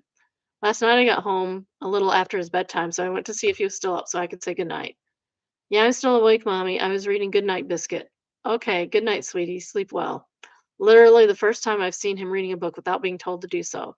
Maybe we're turning a corner on the fight over learning to read. It would be nice. Yeah, first grade's good. I have one that didn't read till third grade, and one that still won't read fiction. He only wants nonfiction, which is fine. My BFF is like that too. I find it strange, but teach his own. At least they're reading something other than magazine. Systemic Revulsion says, "This is brilliant. How can I get now? I can get him to the library and let him choose books about his favorite subjects so he can see books can be exciting. Sounds like you're doing everything right." Um, OP says, "His teacher is sending home a reading puppy for him to read to every night. We might pick out books about dogs. He's also discovered he loves kneading bread dough, so maybe books about making bread would also appeal, aside from the obvious yet another story about cars."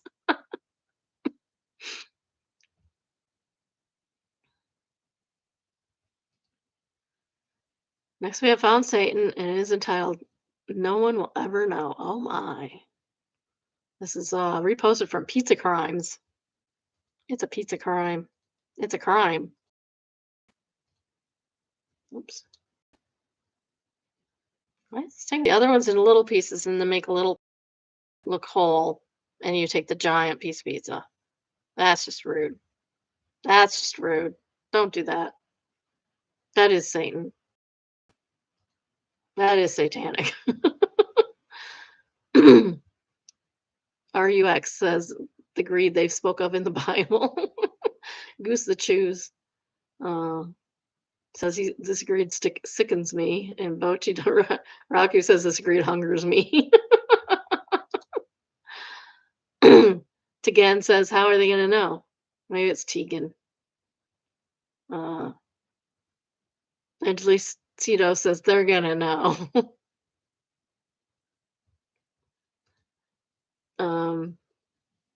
Cure Dragoness says it's like the infinite chocolate trick with going ham.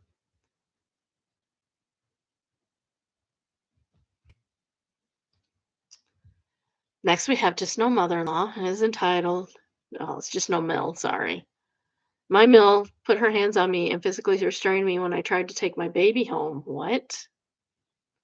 Trigger warning for possible violence and attempted abduction, kind of. Title: She and my father-in-law have been watching my 13-year-old for a couple of days while I was recovering from a bad upper respiratory infection. It was bad enough to send me to the ER with my oxygen dropping in the low 80s. Oh, I'm so sorry. That sounds horrendous. When I went to get her without my husband, my Mill decided to get on my case about my daughter being gassy. This has been an ongoing thing with them, and I've told them multiple times that not every cry is her gas and that the pediatrician says she's fine. She's 13 weeks old. She could still have colic for that matter. For whatever reason, she and my father-in-law are obsessed with thinking it's gas and trying to fix it. You can't fix that. It's just something you deal with. And that's not even it. So her latest step was secretly buying a different kind of bottle to use. I always provided bottles when they watched her because they were advertised as good for colicky babies, which my daughter is not. Because trust me, if you have a colicky baby, you know it. My mother-in-law refused to listen when I was explaining that the bottle had nothing to do with it, and she kept saying that some random nurses she knew recommended them. I've had enough of the conversation and said as much and told my father-in-law to put my daughter in her car seat so I could leave. Mother-in-law said no, and I repeated to give me my damn child. M- Mother-in-law then got into my face screaming that I can't talk like that in her house, and my baby, of course, starts screaming. I'll talk any way I want if I don't respect you. I try to go on to comfort her, and Mill tells Phil to take her to another room and grabs my arm, holding me back and not letting me get my child. I tried to get her off me, but she kept holding me. That's when you call 911. She grabbed me hard enough to bruise my inner arm. I threatened to call the cops on her for effectively kidnapping my child at that point. Heck, she's kidnapping you too. She screamed that if I did, she would put me in a 72-hour hold. Yeah, try. Try, lady. I'd like to see you try. It is not easy to get a 72-hour hold at all, trust me. She then shoved me in the corner so I couldn't get my daughter and began berating me. She screamed that I was ungrateful for all that they do, and I apparently looked down on her, and that I don't trust them to care for my daughter, and that because of me, Mill supposedly now has anxiety and high blood pressure issues that she needs medication for. Yeah, I don't think no, that's not how that works. By this point, I'm bawling and just want my daughter. Mill can continue to berate me and keep me from my daughter until mother-in-law, had calmed down. But then she'd let my father-in-law put her in the car seat and let me take her. Mill then did a complete 180 and started trying to make small talk like none of that just happened. Oh my. Then she tried to say that she was just protecting my daughter because she didn't want me driving off too fast with her because I was frustrated with them. Well, if you'd have let her taken her in the first place, you wouldn't have to that worry, would you, lady? I told her I'd never put my daughter in harm's way like that and left. My husband doesn't know what to make of the situation. I told him I don't want to be around Mill, and her daughter will not be either. I don't care that they are only child care help right now. I don't feel safe around her, and I don't trust her to keep my daughter safe if she's this mentally unstable. My husband is supporting my decision. Good. Green flags for hubby. Green flag for the hubby. Um, he hasn't talked to his mom since and is trying to find a time to talk with her about her behavior and the consequences. It just sucks that this came out of nowhere with her. As I said, they were our help. My family are 2+ hours away. At this point, I don't know if I'll ever let her see my daughter again. I don't know if my husband goes non-tact permanently, she'll flip crap. From the start, she called him her little ride or die and told me that whatever I do, don't try and come between them. Well, I can't come between you and your husband because you're in the way. You're in the way becoming between you and your husband. You and my you and your son? You're in the way of your relationship with your son. That's what I'm trying to say. If I asked him to do it to protect our daughter, he would do it in a heartbeat. It's crazy of me to want to ask him if I move closer to my family. No, no, not crazy at all. Edit says can't reply to everyone. With the police report, there's an extra layer of concern that it was too much to type for the original text. They are best friends with the sheriff for their county, which the incident happened in. So if I file a report, there's almost no way he won't find out about it. And I don't trust that he won't contact my mother in law. Even if I report it with my local agency, they will have to forward the report, and our last name is distinctive and recognizable. The officers for that department would definitely know who it was about, and I'm worried with small town gossip that things would get back to mother in law. Oh, well, that'd make her look bad. Feral cat wrangler said you phoned the police, right? Because not only did they not let your child leave, they also wouldn't let you leave. You need to call the police. That's the only situation. Exactly. So sad honeydew said, call the cops. You got assaulted. They will do it again and again if you keep let them keep getting away from it, with it, not from it, with it. Call the police. And third top rate comment is Strange Dog TV says, you have tons of information here, but I'm not sure if anyone mentioned the fact that you mentioned in reports that they were our help. You need to move on from that line of thinking, in my opinion. Many, many people raise children without help from family. That's true. They do. I did. I personally am one of them. Oh, me too. It's absolutely doable and achievable. Yes, you at times may need to fork out some money if you require childcare, but it's worth it in the long run. Paid professional sitters don't act the way your mother in law acted. Exactly. Heck, I wouldn't act that way, and I'm a mother in law. Date nights will likely need to be in house date nights until your children are older and have friendship group. If they're in daycare, you'll get that friendship group like really fast, really fast. But planned correctly, they can still be lovely evenings where you can connect with your husband in the comfort of your own living room with a homemade special meal or takeout. Or you can ask some kid in the neighborhood to come sit while you and your husband. My daughter was one New Year's Eve. She was asked, I think it was like 6 or 8 kids. She took her husband and her best friend, or her now husband, and her best friend with her. And they all got paid a pretty penny, and they got a bonus for being such good kids with the kids. So there's that. I found my sitters from the child care center at my daughter went to, knowing they were close to my daughter already and comfortable with her and her with them. Plus, you know they are already police checked and good with children. Well, not necessarily. There are some of them slip through. There are, however, plenty of agencies around that have people on their books that are vetted and ready for hire for a few hours. You might also have friends with appropriately aged children that could help you out if need be. I hope you and your husband sort this out. Move on from mother in law and father in law. She is particularly awful not to be trusted. Good luck. Everyone says go to the police, but you can't always do that. You cannot always do that. These people live in big cities where things are different than small towns where everybody's in everybody's face.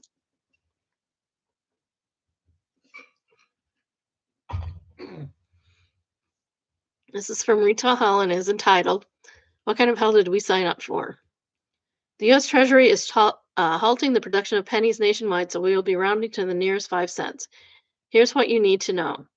The new prices will remain the same, only your change will be rounded. No change will be given with the card transactions.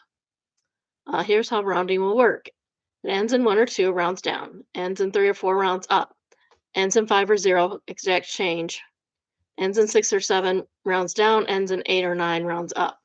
And this, I know seems weird, but this is because a lot of things end in 8 and 9. So you need more of the round down ones than the round up ones to make it fair. It's really weird. They need to just change their prices, to be honest. Salted Caramel Vibe says, oh, my condolences in advance. I'm not from the US, but my country did something similar back in '08.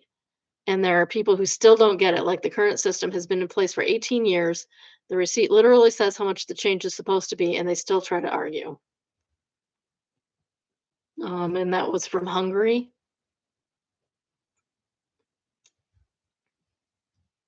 Second top rated comment is Power Noodle says, Yeah, customers can't read that sign's useless. uh, Result says customers can't do math either. J Huff says pennies ain't is round, though they ain't no square pennies. Temporary Being says we always say the signs aren't for customers to read; they're for us to point to when the customers don't read. That's probably true, and they don't. It's like we used to have. I used to work in a place where had the customers had certain rules they had to follow, and we had a rule book that we gave them when they signed up, and nobody ever read it. Somebody literally said to me once, "Oh, no one ever reads those." I'm like, "I do. I read them. I read them. I always read the rules. Why would you not read the rules? You'd rather break the rules unknowingly? You're an idiot. Read the rules. Follow them. Makes everybody's life easier, including your own." Etherize don't donatable. Etherize donatable, I think. This seems to have gone well in Canada where we dropped the penny, although it didn't hurt that when I moved here, Canada or Toronto and the surrounding area, we're much less on cash. I'm not so naive to think it'll go smoothly in the US though. No philosopher says I'm on the side of liking not having to manage a handful of pennies. Over time, I figure that the rounding will balance out. The worst scenario is that it costs me a dollar or two per year. Yeah, exactly. Or it costs the company and they can round down every time. I don't know why they can't do the regular rounding. Well, I do. I know why they don't want to, but they should just use regular rounding. If it's below 5, round down. If it's above 5, round up. Change the prices or something. I don't know. Silly. Silly, silly, silly. It's from Petting Revenge and it is entitled If You're Going to Cut in Line, Make Sure to Pay. Yesterday, I had just about the most amount of fun it's possible to have on the London Underground. I was traveling for work with a suitcase and a laptop bag, so made for the wider gate entering the tube. There were a couple of people ahead of me with similar baggage loads when a girl cut in front of me, not particularly out of the order for London, but then quickly moved in and tailgated the person in front without tapping in paying. I didn't think too much of it as, sadly, it's a relatively common occurrence, but I noticed a pretty distinctive turquoise trolley case she had in tow. I didn't particularly pay much attention to where she went as I tapped in myself. And by the time I looked up, she was out of sight in the melee, which is the London Underground. So I did the only reasonable British thing of tut-tutting and grumbling about the brazen theft, increasing everyone's fares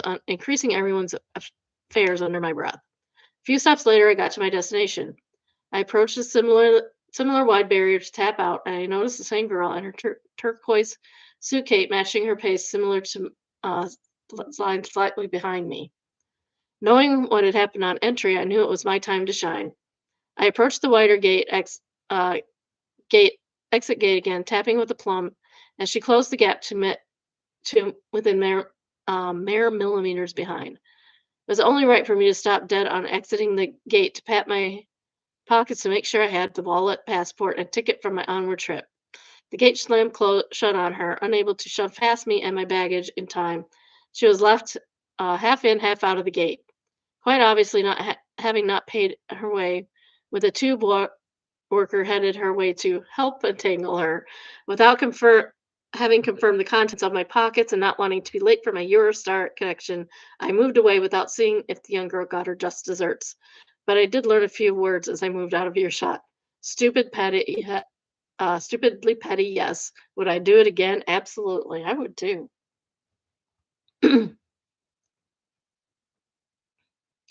Aggressive Power says, "Oh, you have to tap your card in and out. That's brilliant. I remember riding the subway in Boston as a youth with people pushing around to avoid paying, so I applaud you." Camillity says, "In the Netherlands, it's very unwise to check in but not check out. You essentially pay $20 forward but not lose it until you're checked out, which then calculates the cost for the fare. So if you go for my usual trip, I pay $20 forwards on checking in, and then I check out after arriving at my stop. I only really lost about $5.20. However, if I checked out for the day, I would have lost $20. So it's very unwise to check in but never check out.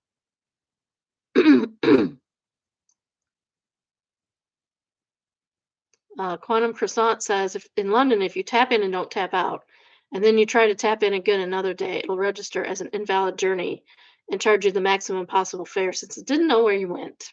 That's brilliant. I love that. Coder Joe says, that was only fair. FARE. Alexis JM says, all aboard the pun train. Um,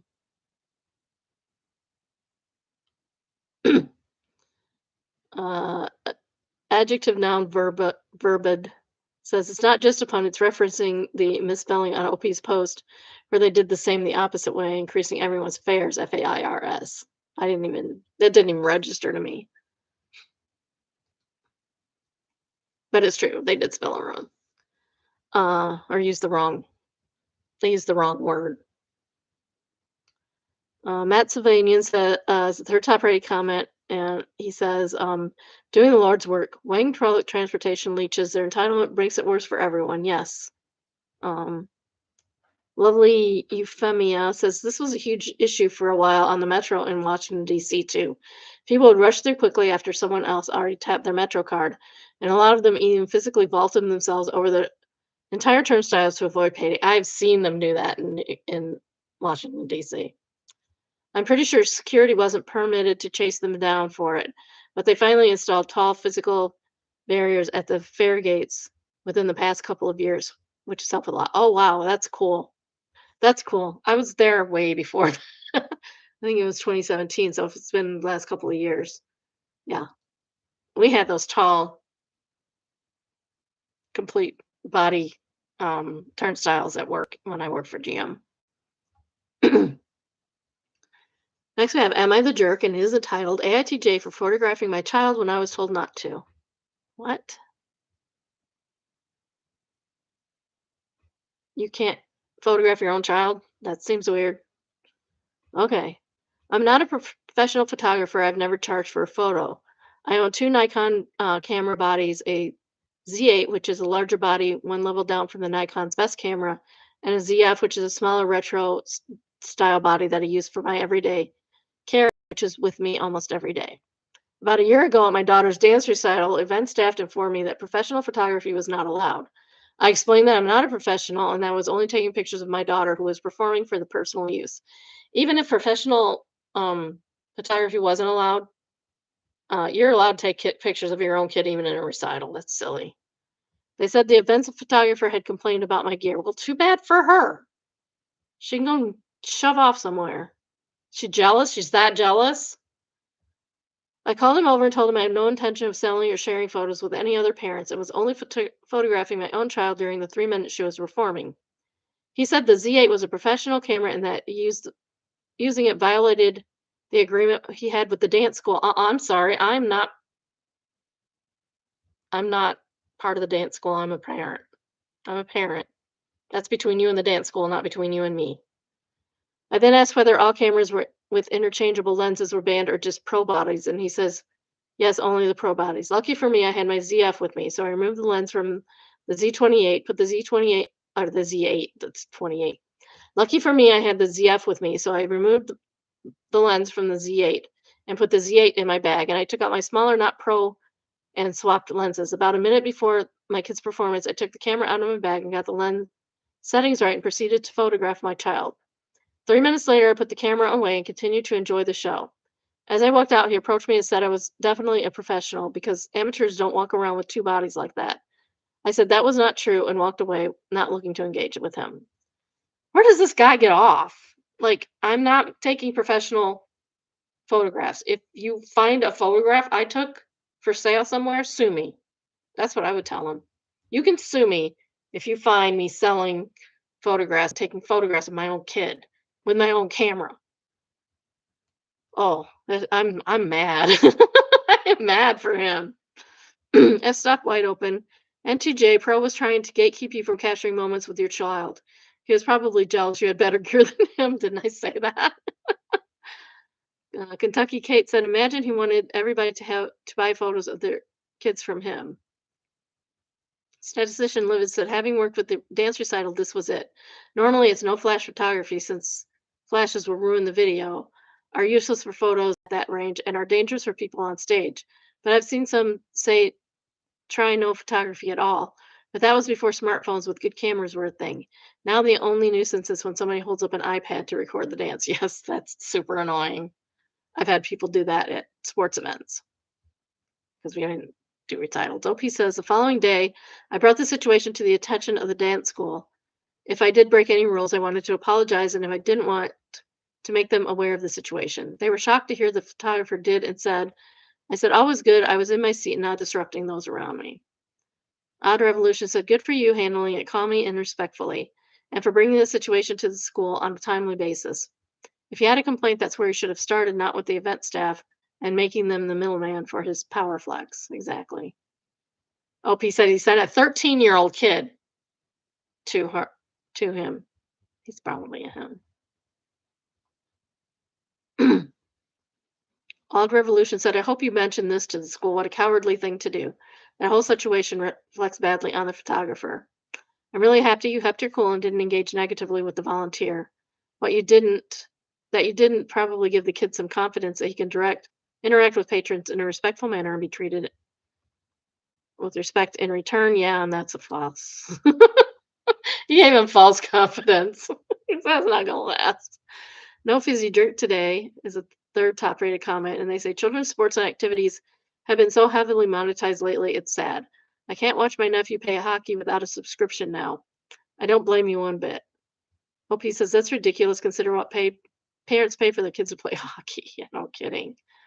No fizzy drink today says his mom used to film and send me what she could. Since I recent moved state, she's no longer allowed to film her kid while watching. At one point, there was a free channel I could watch, and then it was behind a paywall. That sucks. That really sucks. It's kids. It's little kids. Why are you trying to monetize little kids? Oh, it's ridiculous. Entitled people say they want to buy my dog. Okay, so this is a story of my best friend I felt like sharing here. He has a cute little sausage dog with heterochromia who jumps for everyone, is a sweetheart kind of dog. Heterochromia, I believe, if I remember correctly, is two different color eyes.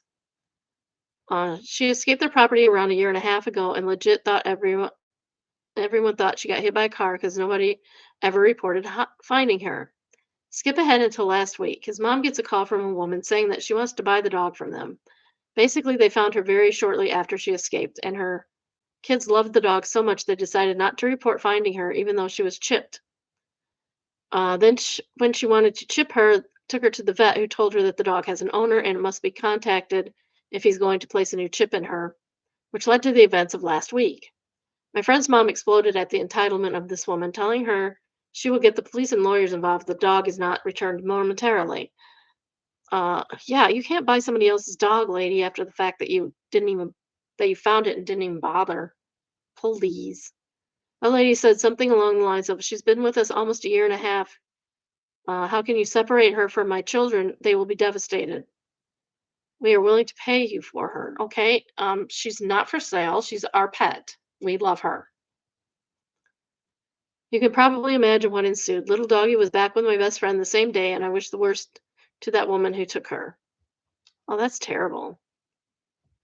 Pension was the top rated comment, says, "Reminds me of my when my cat got out, days before chipping. She was wearing a collar with a tag that had my phone number. It was a breakaway Velcro collar, so there was a risk she dropped it. I was worried and looked for her, but nothing, not from the pound either. She was at my neighbor's directly across the street.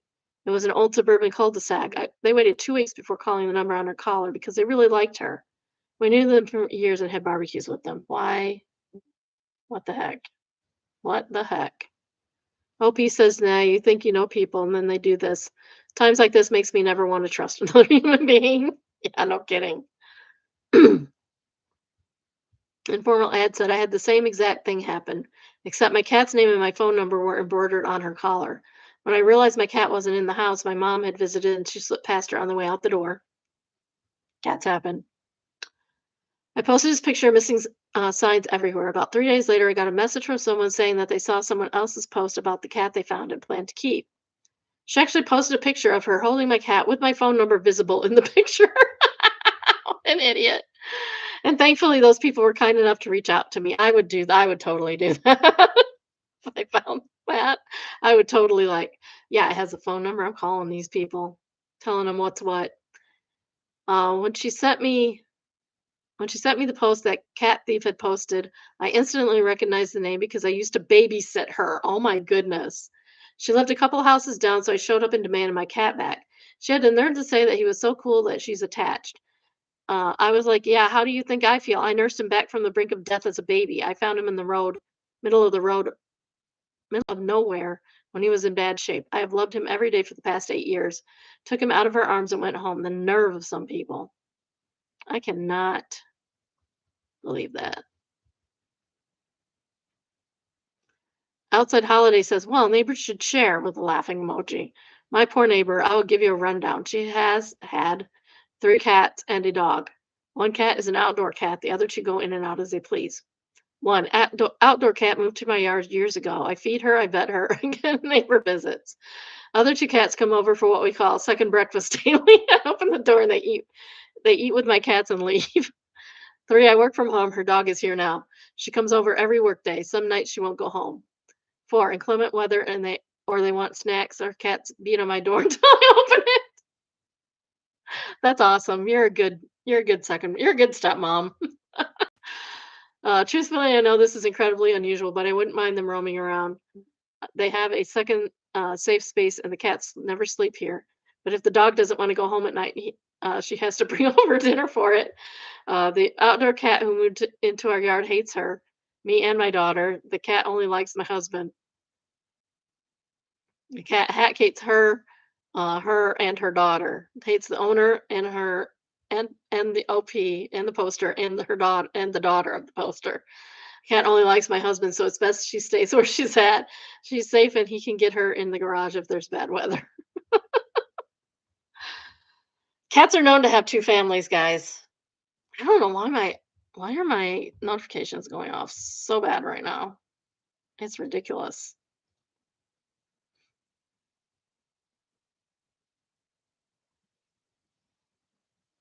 I don't know. It's crazy. All Facebook crap.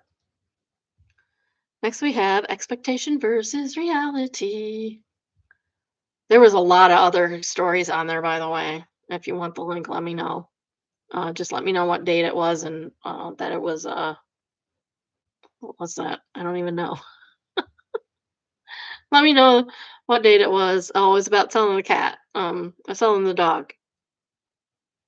Let me know it was about selling the dog. I can find it from that and the date that I posted it, and I'll let you know. I'll send a link to you. Even if it's old, if it's really old, I have everything. I have everything. I can find it. I'm organized when I need to be. Not organized about my house. I'm organized about this. It's weird. I can't organize physical things, but I can organize virtual things all day long. I don't know why. Can't even organize myself. All right. This is expectation versus reality. Anniversary gone awesome. um. So this is the anniversary. Still, it says just married, and the just is marked out, and it says still just married, which is cute for an anniversary. Huh? Oh, that's terrible. It's horrible. J question mark, U question mark, S question mark, T question mark, still married. I guess they weren't sure that they were married, is my guess. It's captioned, my only regret was not capturing how hard we were laughing when the lady at Walmart brought it out from the back. Still ate the hell out of it. It looks, I mean, other than the bad, terrible message, um, question mark is not a rub out. Uh, it looks great other than that. Arkansas Biscuit said, "Did you say anything to them at the bakery? I'd love to know their responses because I'm dying over here." And Opie said, "We didn't realize until we were walking away. The lady who served us came out and had to use Google Translate, as I only speak poquito Espanol and not very well. We were laughing so hard after we noticed because we were trying to imagine what was going through their mind as they find the letters." Well, first of all, happy anniversary, OP. Hmm. H question mark A question mark P question mark P question mark Y question mark anniversary. That's sort of yeah, hey gorgeous. Um, Anxious Trash Panda says how? Wonderful Piccolo says the software doesn't recognize the strike through though. Well, that makes sense. So they should learn. That should be one of the first things they learn. Like, listen, some people like strike throughs. The system does it as a question mark. Don't do it as a question mark. It's a strike through. Just write it out and draw a line through it, and you'll be fine most of the time. If you haven't already, please like, subscribe, turn on your notifications. Put a note in the comments, please, because the algorithm likes that. I need the algorithm to pick this up. Please, please, please. I try to go live at least 4 times a week, usually about noon Eastern time. Tell your friends, tell your family, tell your enemies, tell the cat so they can tell the neighbors. If you have a story of your own and come across a good one in the wild, please send us an email entitled submission. If you would like an email link to the day's current live, send an email entitled subscribe. The email is biddybrunchbunch, all one word, at gmail.com, and the email address is also in the description.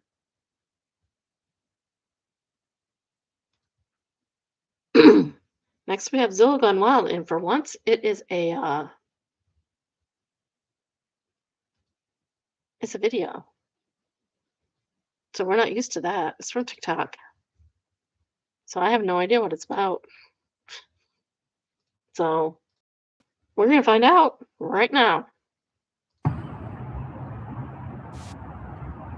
That's what we can do that in the middle of the driveway.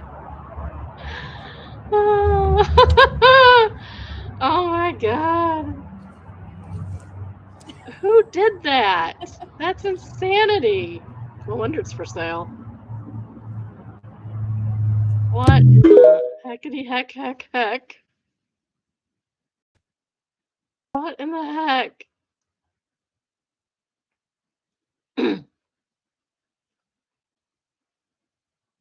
Oh, there is a listing, so we can see that too.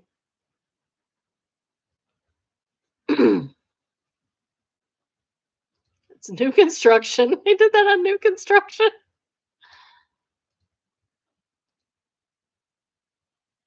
Oh, this is on realtor.com, so it's not going to be the good pictures like normal.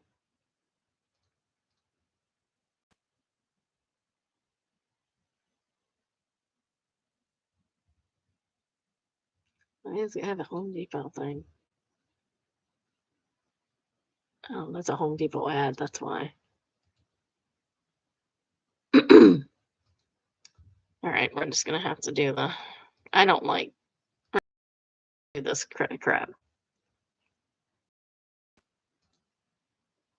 No, that's not going to work either.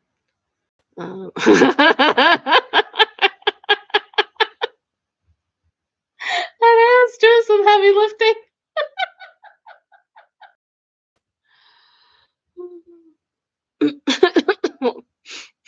Oh my god.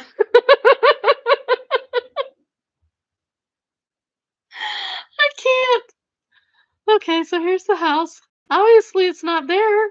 What the heck? That's a very narrow area between houses. Go right upstairs from the front door. What's that? This is either staged or AI. I'm not sure. Sometimes I can't tell. I'm not the smartest. Nice kitchen. dining. The living room's right there, so it's all open. They have all the appliances. Bet you have to wash. I bet you have to buy your own washer and dryer though.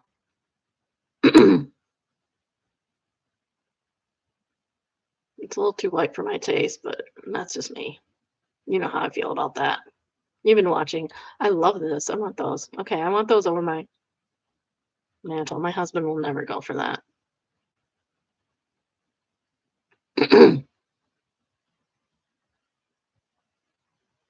These people like horses for somebody who lives in such tight quarters. They need to live on a farm. See, told you, no washer dryer. And I don't like that. The washer being on the wrong side. Nice bathroom, very white. Everything's very white. It's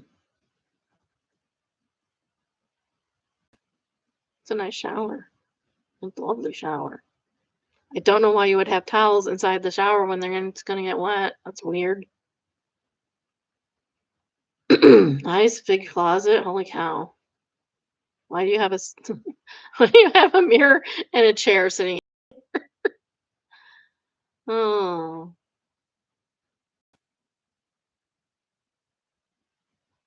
it's a townhome.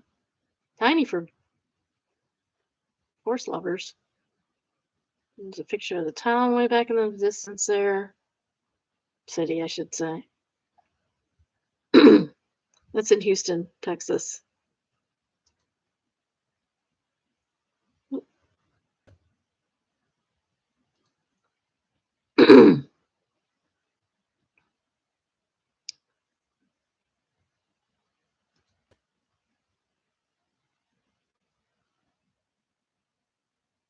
Copywriter says you can see the whole supports in the last two little pictures. Houston is not a real place.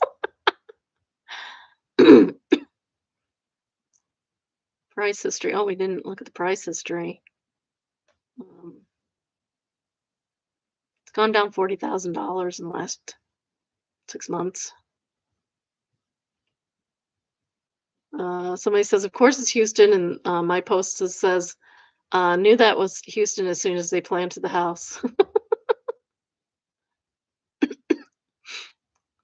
Bashamo says the first pic has to be shot because it's still visible in the aerial pics. I also think the transformer is reflected in the upper window. I doubt they come back to just just a single pic of the front under the same time of daylight after the pole is removed. At that point, retake all the pictures of the exterior as well. Side note, Google Street View, May 2024, shows a previous driveway running under that first cable. Dang. Baby Bear says not only can car not use the garage, but no one can use the sidewalk. I'm pretty sure that's not a compliance with ADA.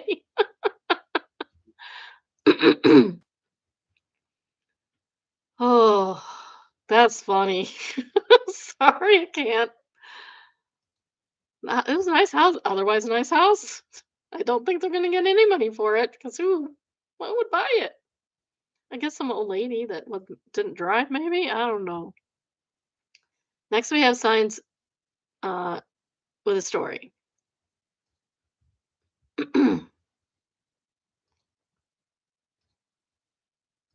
Here's the sign.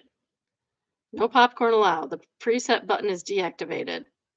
Do not replug this unit. Violators will be reported. Plug removed. So you can't.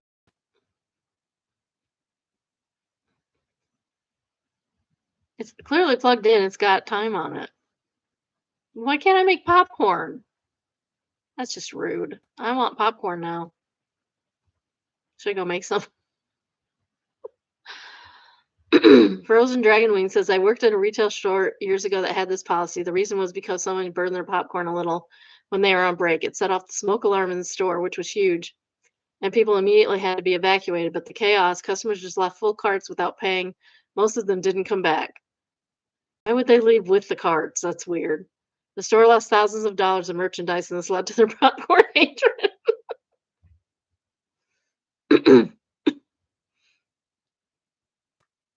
You have to be careful with the popcorn. You do. I once accidentally hit the potato button. And some of the newer popcorns won't work with the popcorn button, which sucks because I like the popcorn button. It's perfect. I like it a little well done. I like my popcorn well done.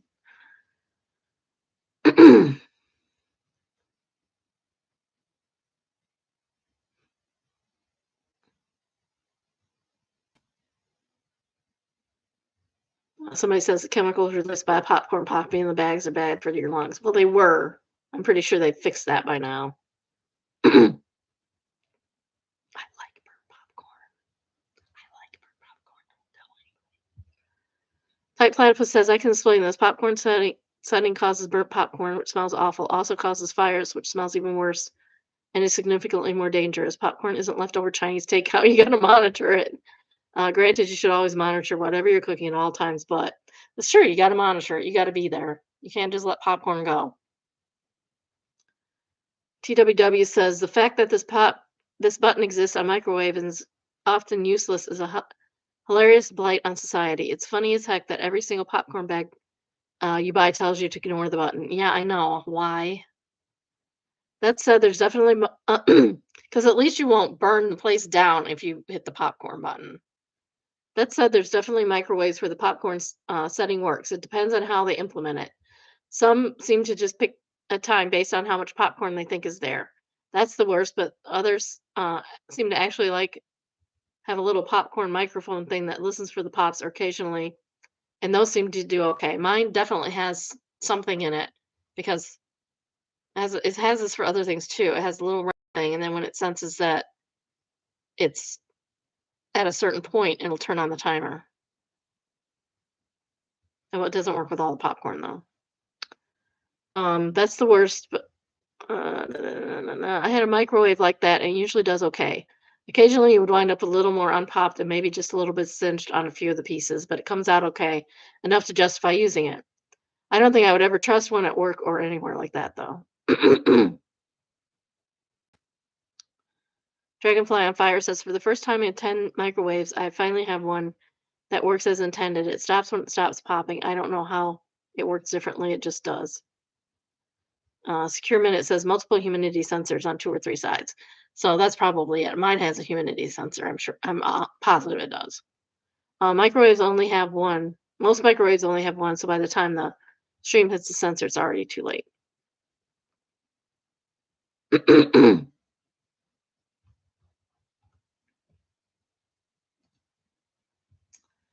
Next, we have confession. It is entitled "We Made Drivers Damage Their Vehicles on Our Property." My ex-husband and I used to live in a house on a property that was curved to the right as you drove down our road. Often drivers would drive through a section of the property to make their drive straight, not paying attention to the curve in the road. That's just rude. We had a well manicured property with fresh gravel, wood chips, and grass that I would regularly have to sweep off the street back on our property from this cut across issue. One day we got an idea that we would find 2 boulders about 3 feet high and place them in 2 perfect spots that would prevent this issue. We even installed reflector sticks on each boulder for warning to drivers that they were there. Night after putting the kids to bed, I would get out my crocheting, sit by the window, and listen to the banging, scraping, clunking, and swearing of people hitting those rocks over and over again. Bylaw uh, even came by the house and confirmed that the boulders were on our property and we didn't have to move them. Sweet justice. Man, I miss that place. It's awesome. That's awesome. No, what else are you gonna do? People put boulders on their property all the time to keep people from driving on their lawns. My neighbor probably needs one because the road goes straight into their yard. Also, they have a driveway there. They've they have a driveway and then they have a little path back to their second garage. They have a garage. They have a second garage. Why they don't park their cars in the garage, but who am I? Sadie Harper said, I love this. Sometimes a little clever justice is the sweetest satisfaction. Sounds like you handle it perfectly. They also have a fence, so you'd have to hit the fence. Maybe they do need a boulder so people don't hit the fence. um, Dream Kitty says people who can't stand it that when their own tricks backfire. Yeah, exactly. Why would you drive over somebody's lawn? Uh, Lanera V says, the fact that you sit by the window crocheting while listening to people hit rocks, you warn them about is the most peaceful form of justice I've ever heard. Now her kids cannot sleep without the noise of banging and clanging. Because they're gonna grow up not knowing why. Next we have OK Fox, and they say there's a house in my town that got hit by speeding cars multiple times. They finally invested in pillars, similar to the balls outside Target. Eventually, a car hit those pillars, but not their house. You did nothing wrong. You fixed your problem. And opinions are answers. A similar situation happened where I grew up. A main street house across from the side street with a stop sign had been hit multiple times by drivers that failed to stop. After multiple auto building crashes, the homeowner installed reinforced concrete posts that blocked cars from the side road but allowed use of his driveway. Then he planted bushes to hide the posts. Later, the township put a stoplight, divided lanes, and curbs to improve the intersection. The current homeowner has removed the posts. Oh, that's not a good idea. Excellent answers. When I was in school, the bus would pass the house like that every day. One day, the house had a big hole in it. It was eventually repaired and the tree planted in front of it. One day, the tree was knocked over. Eventually, a block wall was built where the tree was. One day, the wall had a hole in it. Eventually, the wall was rebuilt with a bigger tree in front of it. One day, the tree was knocked down. Eventually, there was like three large boulders in their yard, and the tree replaced and a for sale sign. And I stopped going. And then I stopped going to that school. And then I stopped going to that school. Who gives whatevs says it's the third top rated comment, and they say it's not even a confession. People were being a-holes and you stood up for yourself and fixed it. OP says, I guess it's a confession because I never told anybody about it. The only people that knew were our neighbors across the street that saw us set it up and those who smacked into the rocks. Mr. Hammerant said, if I was your neighbor, I'd be liking a popcorn emoji every day. I would be too. I'd have lights on. What's going on over there? Next, we have camera operator definitely spots the laser pointer at a football match. That's interesting. Football meaning soccer. Um, for those in the U.S. who does not know what football means. Not gridiron. This is football, not gridiron. We play gridiron here. Que tiene apenas un puñado de minutos en primera división, chico con poca experiencia en la máxima categoría todavía. Aquí está la chica láser, acá está. Why would you do ¡La that? encontramos! Piedra libre. She should be arrested. That's just not acceptable. MZ Group says it appears that she has been identified and not as metal soprano. No charges, though. Dad's a prosecutor in that city. So she should get prosecuted twice. A weightlifting said, of course he is. Eye roll emoji. I bet she's never had a consequence in her life. Nope. I hope she moves away. Cheap Top says, what an awesome camera person. Great work. I hope she's charged accordingly. Tan Croissant says, yeah, I really some top drawer talent filming there. I never realized why they have such an intensive recruitment process for cameramen, but this one has totally made me see the point. And Still Swaying says, what an idiot. I hope they banned her for life. Inkman says, I hope the clip, I was hoping the clip would have included being dragged out by security. What a clown. That would have been great. That would have been great. Her name is Delphina Caraga. Delphina Coroga. And she's facing a ban. The daughter of the city's prosecutor of La Plata in the hometown of Estudiantes. Who now faces a 2-year ban. I was thinking about whether I pronounced it correctly enough. Translate said it's a ban from her job, but someone points out it means DASPO, which is Italian banned from sporting events. I hope she does get banned from sporting events because she can find somebody, and that's their livelihood, man. Even though they get paid way too much for it. Way too much. Well, maybe footballers don't, but gridironers do. And basketball, they get paid. Baseball, they all get paid way too much. Next is Am I the A-hole? Entitled AITH for fixing my daughter's car when her boyfriend said he'd handle it. Yes, let the boy handle it. Let the boy have something, have some bragging rights, Dad. Come on. My daughter, 21 female, and I have always been pretty close. She moved in with her boyfriend a couple of months ago. It was a tough seeing her move out, but I know she's an adult and building her life. She owns an old Corolla with a lot of miles on it. Steering wheel started shaking when she got up to highway speeds, and sometimes the front end would shudder when she braked. Okay, that sounds like an alignment problem to me.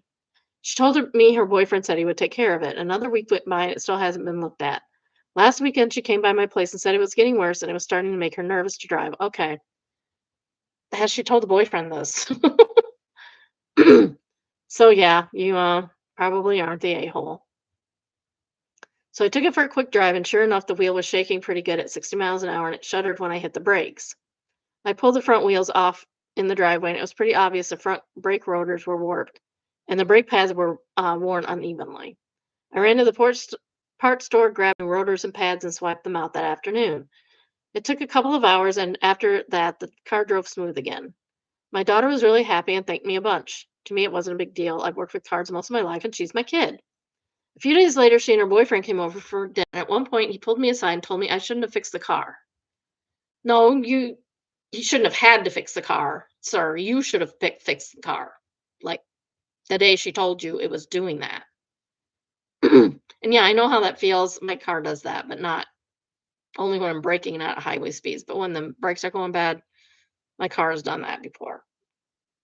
And my son gets it fixed and doesn't wait 3 weeks. um, he said it was his responsibility as her boyfriend to handle that kind of thing, and by doing it myself, I stepped on his toes. No, you weren't doing your job, sir. Maybe you should do your job. Maybe you should do it before it becomes a safety issue. It already was a safety issue, and you still didn't do it. I told him I wasn't trying to prove anything. The car was getting worse, and I just fixed it while she was here. Then, he's been pretty short with me, and the vibe has been a little weird. My daughter says she feels like I undermined him. So don't mention it to your dad, girl. From my point of view, she's still my daughter. If something on our car is unsafe and I can fix it in an afternoon, I'm going to. I don't blame you. No, I changed my mind. I mean, if he'd have been prepared to fix it that weekend, and you went ahead and like did it, that would be bad. But you waited 3 weeks, 2 or 3 weeks, and he wasn't fixing it, and she was starting to get scared to drive it. Somebody said there's only one vowel in this name, and I'm not even attempting. Red flags to me. He's more concerned about how he looks than your daughter's safety. I would honestly suggest that she think about what other ways she tries to control her. Your favorite Redditor answered my immediate thought as well. Red flag. That's about him and his ego, especially since already getting uptight with what might be his future father-in-law. He should be thanking OP and apologizing for not getting it done sooner, in my opinion. Anything less is sus. Completely agree. uh, Turd Ferguson said, 100% agree with you both. Red flag and being disrespectful to your girlfriend's father is dumb no matter what, but because your feelings got hurt. Dogs Going Behind said, my father-in-law was bedridden from an autoimmune disease by the time we met. He had been a home remodeler. I wanted to get to know him, so I would let him tell me how he would do everything. I showed up. I followed up with great questions. No phones. Never took my focus away while he was talking. When we bought a house, I involved him as much as I could. He was very sad, though. He said his daughter's first house was supposed to be his time to shine. We visited him on our in our wedding attire. He died very young, over 20 years ago. Now that I have kids, I feel really good about giving this guy every moment I could, not bragging, just hoping it helps someone. I hope it helps someone too, and I'm spreading it. Glad I read that one. Loopy Landtide is the second top rated comment. And she says she's not property. She can get help from whoever is available and willing to help her. This is huge red flag behavior. I agree. This guy has low self esteem. Boyfriend has low self esteem if this is getting him upset when he didn't do it in the first place. You gotta take care of things. You gotta take care of some things now. You can't wait. It's just me answered this red flag emoji. He should say thank you for taking care of it since he hadn't had the time yet. End of story. It's scary that he would prefer she continue to drive a potentially dangerous car than wait than get help from her dad. Way possessive. Yeah. Like weirdly possessive. Spiky Bubba says it was my responsibility to fix it. I just don't care about her safely to have it done yet. Gross behavior. 100%. Their top rated comment is from Absolutely Not Kevin. And she says, NTA, when was he going to fix it? When she got into an accident? That's your baby. You care for her more than he ever could. He's risking her safety by not fixing it sooner when he said he would. OP says, glad somebody understands it. He makes it out to be weird that she stayed with me into adulthood, and now that he's in the picture, she doesn't need me for anything. That's wrong. You always need your parents. Always. I'm 61 years old. I still need my dad. When I need my dad, I still need my dad. Raven says he's not a good guy. Keep an eye on her. Keep in contact, but don't talk bad about him. Lead her to her own realizations by asking questions if she brings it up. This will hopefully fizzle out. Just keep being there for her like you are. If you raised her like it sounds like you did, she'll figure out he's a dud pretty quick. Yeah, you also cannot badmouth them or force them to realize it by talking down or talking bad or being judgmental or seeming to be judgmental, even if you're being judgmental. Bangarang Peta says this is the best piece of advice possible. It's easy for us to want to warn people in toxic relationships. A small warning of seeing some red flags is fine, but not trying to dictate behavior and choices. She's going to have to learn this lesson on her own. People who are embarrassed and ashamed of admitting they picked the wrong person have to face the nasty I told you so as part of why many don't leave sooner.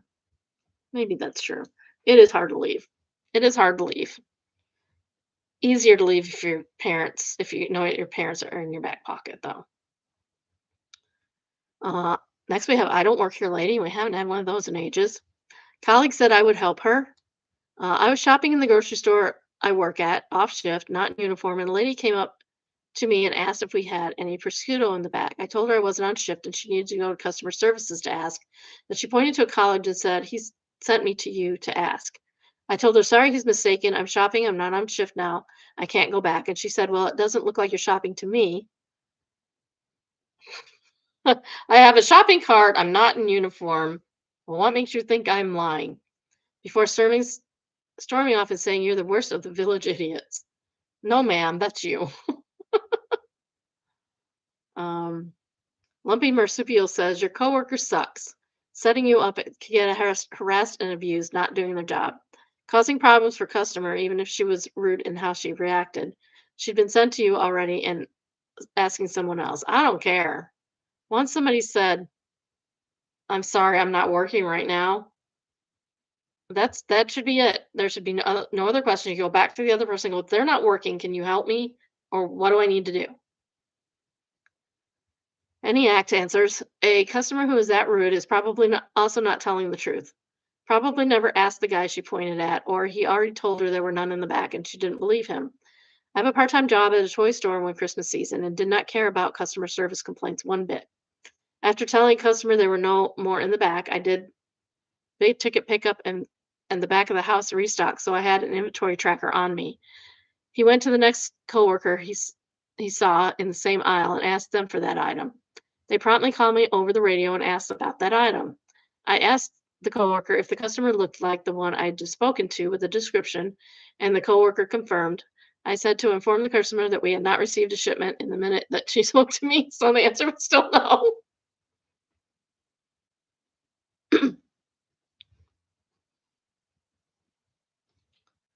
Woodpecker Evening is a second. Yeah, second top rated comment. And they say the audacity of it doesn't look like you're shopping to me. Like, what does shopping look like to this woman? Kidding.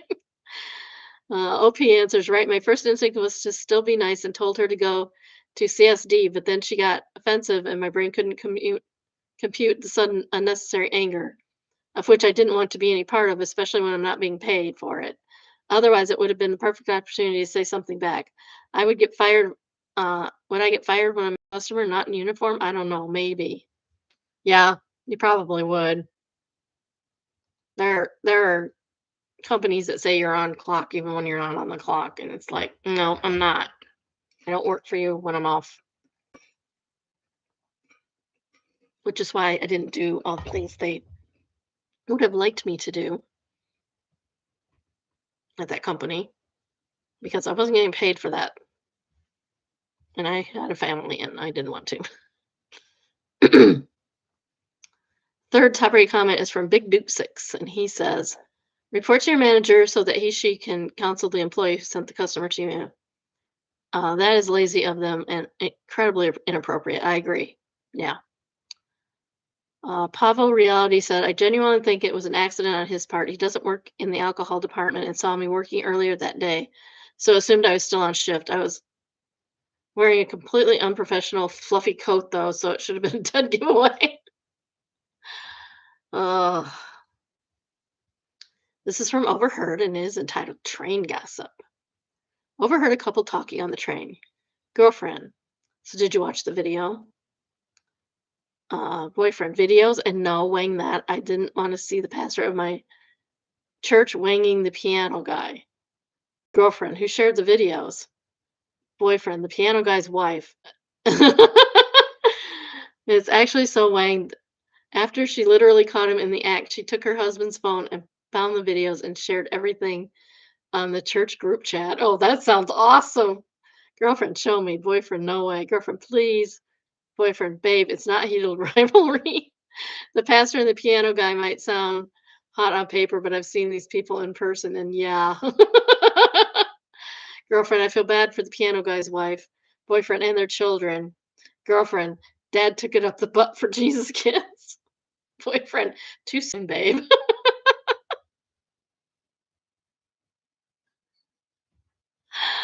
A big werewolf is a pro top rated comment in this.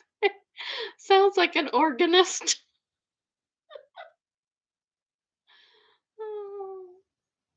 Catastrophe Queen says, such an underrated comment, have an award along with my gleeful vote. I have 102,000 votes. And the next top rated comment only has 491. Oh, and that one is from Flynn J. Hammond says, babe, it's not heated. Just quotes, babe, it's not heated rivalry. Somebody wants to know what it is, and it's like, it's an HBO show. Their top rated comment is from Rummy. This is the best thing I've read on the internet for a long time. Thank you. One who has seen says states are same. Oh. But good on the wife for dropping the videos, man. That's how to deal with that crap. You know, cheat on me. Here you go. Next, we have True Off My Chest, and it's entitled, my girlfriend has no idea. About once a week after she falls asleep, I drive to this 24-hour diner and eat a full breakfast like at 1 a.m. by myself. That's weird. Dude, that's weird. It's genuinely the height of my week. I wait until she's out, put on shoes, and just drive 10 minutes to this little diner that's open all night. I sit at the counter, order scrambled eggs, bacon, pancakes, and coffee, and I just sit there. No phone, no conversation, just me and the food and whatever whatever weird late night energy diners have at 1 a.m. on a Tuesday. There's usually like two other people there and nobody talks to each other and it's perfect. I get home around 2, brush my teeth, back into bed. She has no idea. I don't even know why I hide it, honestly. She wouldn't care. But something about it being my secret thing makes it better. Like it's the one part of my week that belongs completely to me. I should start doing that.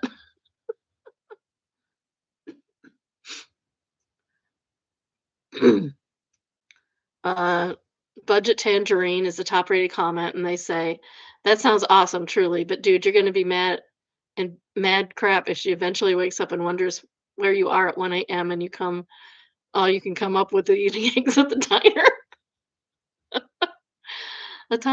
One Fire says the alternate is she wakes up and is mad you didn't bring her breakfast back. Yeah, true. Any ad says, "Yeah, that's why I'd be mad." Like, cool, no bacon? Yeah, you better bring me back bacon. Bacon is life. This Ritter says that could you at least leave a note in the bathroom counter or something in case she wakes up good or good forbid, I think they meant God forbid, you get into an accident or something. You can put the note away when you make it back. Use the Schwartz says when I was a teenager, I used to sneak out a lot. I always left a note on my bed about where I was going. What a good kid. Not the sneaking out part, but the note. Like good on you. They always says the issue would be they didn't know where I was. This was right around the time a few kids in the high school had cell phones. I had one, so they just could have just called. The only time I got caught, my mom was sitting in the living room when I got home and I didn't see her. But I was about to head upstairs when I nearly pissed my pants as she said, "How was Waffle House?" It was good. How did you know I was there? I read your note and then drove by to see if you were actually there. I really appreciate you at least leaving a note, but you're not going anywhere the rest of the week. I wouldn't even ground him for that. He left a note and you knew he was there. He's telling the truth. Why? Why ground them? That's just punishing yourself. Renee said, oh, what's this? The third top rated comment. Yeah. Third top rated comments from Renee, and she says, sounds peaceful. You should just tell her, though, as she will wake up when you're gone someday soon and might think the worst.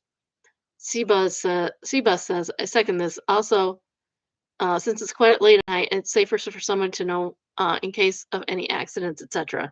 If she's non-problematic, like you say, she might not have any issues with you continuing to do this. Edited to add, if you want this time to be completely yours, you can even tell her vaguely and say you go at times or want to go at times. In that case, you're not lying, and she knows in case she wakes up and panics. You have your control too by not specifically telling her it's a weekly thing. Eventually, it's your relationship, though, and none of us know you too personally to know what works best. Yeah, she should definitely kind of know, like, hey, if you wake up and I'm not here and I won't answer the phone, go to the Waffle House. See if I'm there. Next is what do I do? Entitled My roommate and I got this message from our landlord, no clue what to do. And the message is just one. I'm going to hand over the house next month so you can start looking for options for yourselves. I have to hand over the house on April 20th. I need you to pay me this month and I'll let you have it free next month. I'm sorry, but I have bills, rent, and everything else to pay, and I'm falling far behind. I can't keep up any longer. I, 20 male, and my roommate, 20 female, just got this text from our landlord today. Roommate just moved here from Massachusetts in January and just barely got her feet under her. I've been here since September, and I just lost my job at the beginning of this month. I'm already onboarding for another job. Phew, that's good. We don't have a lease, so there's nothing we can really do about the short notice or anything.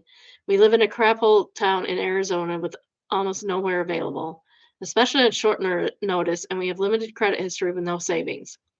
Hardly anything we can sell.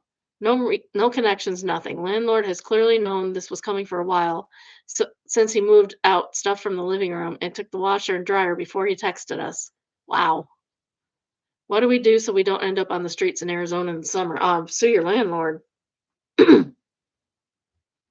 Important week 11 says look in Facebook Marketplace or search Arizona groups rooms for rent. Alternative ad says that, and I wouldn't pay a cent more in rent. Yeah, no kidding. If I don't have everything I need, edit to briefly comment. Everyone defending the landlord, kick rocks. I don't care if there was a month-to-month agreement, and you think the landlord is being fair by giving a 41-ish day notice. I wholeheartedly disagree. As soon as the landlord realized he needed to give up his home to the bank, he should have notified the tenants. It's a process and a half, so there's been more than enough time before now. He chose not to, probably because he wanted to collect as much rent as he could, without any regard to their needing time to save to relocate. This guy should have been paying the mortgage out of their he shouldn't be losing this house. He should have been paying the mortgage on this house out of their rent. It's just stupid. I'm based in New York City, so I'm not familiar with Arizona law. What I'm sharing below is what my husband has shared as a housing attorney. Uh, Point, if you paid your last month or security deposit prior to moving in, that can be used for last month's because the landlord is probably not giving that back to you as you didn't have any paperwork on your lease. I see comments talking about how verbal contract is binding. Good luck with that in court. You always need a paper trail. If you didn't give a deposit of sorts when you moved in and you don't want to pay your last month's rent, just don't. Again, New York City based most landlords, especially ones giving their homes back to the bank, do not have the time or resources to bring you to court over 1 month of rent. Housing court is a time and money suck for sure. Something like this could take many months or even years to resolve. As a funny example, there's a tenant living in my building that hasn't paid rent for over 4 years because they're squatting and the case keeps getting adjourned. It's a two-bedroom, so we've been following it closely because we want to move into the apartment. LOL. Instead, use that money towards a new apartment slash moving cost. Point two, again, speaking from New York City, I also lived in Boston. I've never needed a landlord letter about my tenancy. I needed a good credit score and once a guarantor. If you've ever been in a situation where you may have needed a letter, ask your landlord before this one. It's really not that serious, right? Puzzle-headed Belle answers, right. What are they going to do? Evict them, right? Actually, the bank might. So you have 2 months. If it's going back to the bank can evict you, and you'll have another 30 days, so it's fine. But in general, is the second top rated comment, and they say if it's going back to the bank, what does he care if you're still there? Usually banks will pay tenants to move out. I'd let him know that's not possible and sit tight. Escape 77 says, yeah, this is the bank's problem now, and you have no agreement yet with the bank. If you have renter's rights and the bank needs to respect them. Banks hate this crap. They hate the hassle. They are lazy and used to not having to do any real work. Exploit that. They will pay just to get you out amicably. The bank didn't want to default on the house. And Mama Dre says, this is actually right. The bank will usually offer renters what's called cash for keys. They give a move out date and cash amount to move out. It could be $700, it could be $4,000. Depends on the bank. Still best to find somewhere to go realistically. Worst case scenario, though, is the bank will likely offer some time and some money. Oh, that's good to know. I didn't know that. I've never had to move like that. So, Rihaya Shadow says, this literally happened to a bunch of people I know start looking for a new place. Monday Moderate says, kind of a bad sign for the economy. All these people with rental properties are about to go under due to a slowed economy. Skip 77 answers, good landlording isn't a real job. Parasites increasing the cost of housing for everyone. I think landlord is a real job. It's just not a common one. I mean, you can have good landlords, but it takes knowing what you're doing, construction wise, and being able to prepare things on your own a lot, because otherwise you will never make money if you have to rely on contractors all the time. So it's not a real job for everybody, but for the right person, it can be a real job. But they have to, put in the effort, and a lot of them don't. Just like being a influencer can be a real job, but you got to put in the effort. It's a lot of effort for people who want to make money off of it. Obviously, I'm not putting in any effort, so you know. Next, we have entitled parents and my mother gave my ex-husband documents from my custody case because she thought he had a right to know. I mean, there's discovery. Discovery's a thing. I, 34 female, and divorced. My ex and I have a 9-year-old daughter, and we have had a tense but workable custody arrangement for about 3 years. It is not warm, but it is predictable, which is the only reason it functions.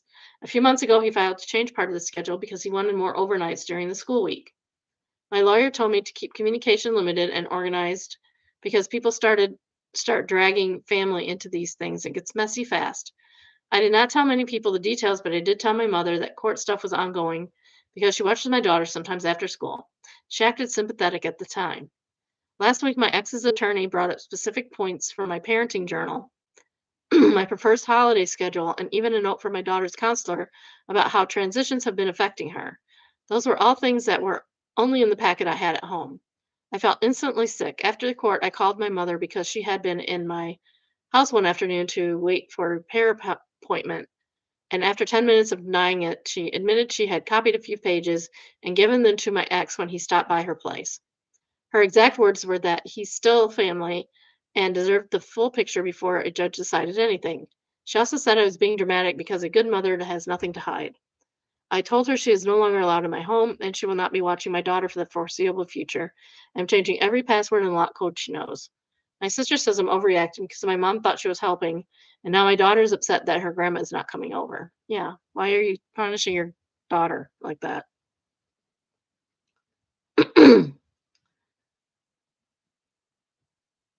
And it's kind of suspicious that she has that stuff and isn't sharing it with the court anyway, because she should be. Uh, hey ho, let's throw says if a good mother has nothing to hide, why did she hide her intentions of copying and sharing your documents and journals? There will always be a reason why she is right, helpful, only looking out for what's best.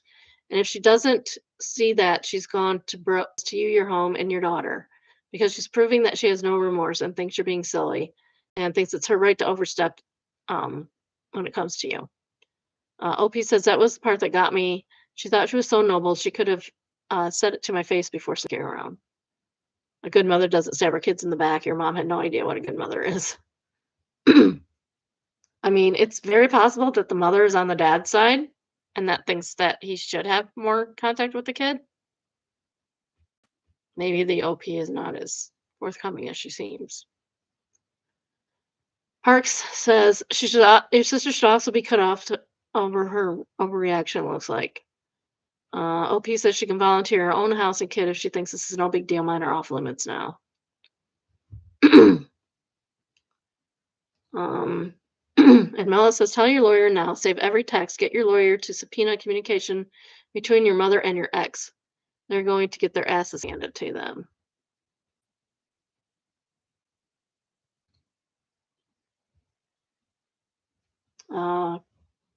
Vork Colin says, nothing they did is illegal. It's not like they broke into Opie's home. She invited the perpetrator in herself. There's no monetary damages to consider, so it's not like she could sue. Getting a lawyer standard for this, sure, because knowing Opie's mom can't be trusted is important, but getting their asses handed to them is not the cards, I'm afraid. Yeah, exactly. The judge might wonder why she has this information and she's keeping it from the court. Next is Oh No Consequences, and it is entitled Cuts Out Plants, Ignores Cardiologist, Wonders Why They Have Hypertension.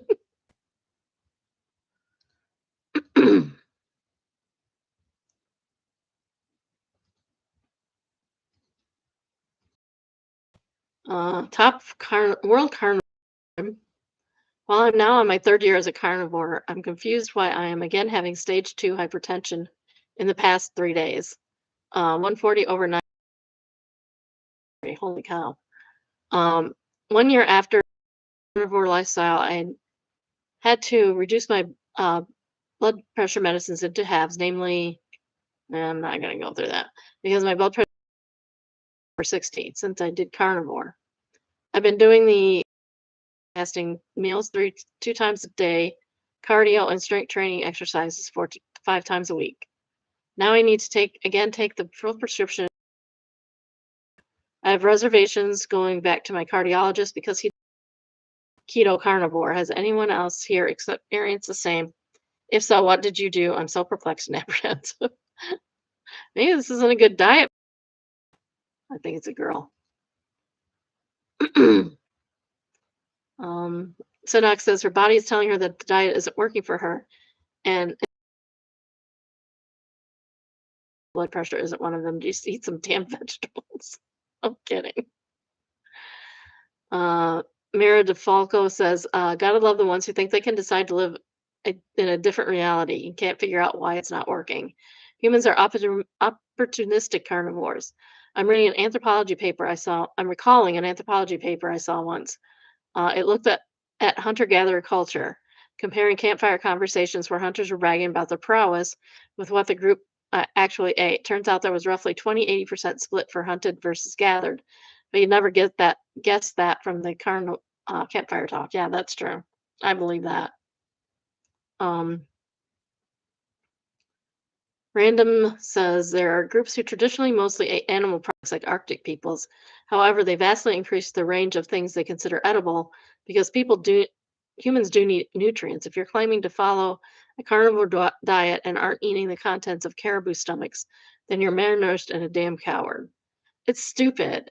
Like to restrict your diet to any one thing is dumb anyway. Um, it's like vegans. Like okay, you don't want to eat animal products. I get that. But then you pretend to eat animal products like vegan cheese, which is so processed. Like so processed. Like just eat real food. you know? Eat real food. If you want to be a vegan, that's fine, but eat real food. Don't eat processed crap. Says the person who loves pepperoni. But I don't eat just pepperoni. Tonight we're having salad with some chicken. And the chicken, oh my gosh. I made the best chicken. Right now there's a actually I'm not. We're not eating that chicken tonight. Maybe tomorrow night. Tonight we're having a I got a big pork loin in the cooker right now, and tonight we're going to have that. And then and last Friday, yeah, Friday. Last Friday I still cooked a bunch of chicken breasts. So good you can eat just chicken breast, and it's just like so good. So we've been eating on that the last few days. So tomorrow we'll have the chicken with a salad. But tonight I'm going all out. I'm gonna do potatoes and veggie and all that. Because we are not vegetarians in our house. I like my meats. And the night after that we'll probably have I'm gonna put part of the pork I'm gonna shred the pork, put part of it in the freezer, and then we'll have like quesadillas maybe some night or tacos or something. And another night we can have, pulled pork sandwiches, stuff like that. I forgot to get buns though, so but I'm going grocery shopping tomorrow, so it'll be fine. And I don't have to buy meat next week. I don't have to buy meat this week. I bought 2 kinds last week. Kept forgetting to cook them. Next, we have mildly infuriating, and it is entitled "Got testicular torsion last week and ended up needing the right one removed." Oh, you poor thing. I did delete the image. And it was captioned, "Goodbye, Ivory. It was nice getting to know you." Sinister Cryptid said, "A constant fear of me ever since saw that one Venture Brothers episode." I don't know who that is. I hope you have a safe recovery, dude. I'm sorry that you lost one of your little guys. That sounds awful. That sounds awful. Magneo says that, that show saved my testicle when I got testicular torsion. Thanks to Venture Bros, I suspected right away that it was torsion and got surgery ASAP. Still got both my boys to this day. That's good. Uh, Somebody asked how bad it was, and they said pretty wanging bad. Before I got surgery, I felt like even a gentle breeze would feel like a swift kick to the balls. That sounds horrible. I don't have them, obviously, but I've heard stories enough to know that that can hurt. It can hurt. Little Miss Anthropopic says, "Welcome to the club." Oh, I thought that for sure that was a girl. Good news that only having one doesn't really change anything. That's good to know. Thin Crust says, does the remaining one stay in its lane or does it start hanging more centrally now that it's alone in the sack? And they said they are offered prosthesis, which I knew, if only one bothers you. Love for passes, can they implement a third? Asking for a friend. No, you're not getting three, sir. Stop being silly. Uh, Reddit Garbo Disposal says, suddenly the phrase, I'd give my right nut for that doesn't seem so wise to say. You, Karen. Funny thing happened while I was waiting at my dad's doctor. I took my dad to a doctor for his appointment. I opted to sit in the car and watch videos on my laptop. I was sitting in the passenger seat as there's no steering wheel in the way. While sitting, some woman came up to me and demanded me to move now and said, I can't move. The steering wheel is on the wrong side, and the key for this is in the doctor's office. Will you get the key and move the damn car? No, I've been banned for driving for 18 lifetimes after I got drunk and crashed into a busload of nuns. That's a lie, obviously, but she wouldn't know it. She scoffed and called me lazy. I muttered something about calling the police on a parking lot hog. Ended up having to park 20 feet, 6 meters further away. 20 lousy feet. She's able to quickly walk if she would come to my window and back to her car without a walker, cane, or wheelchair. Clearly, she thinks if the car's occupied for more than 30 seconds, the car's about to leave soon.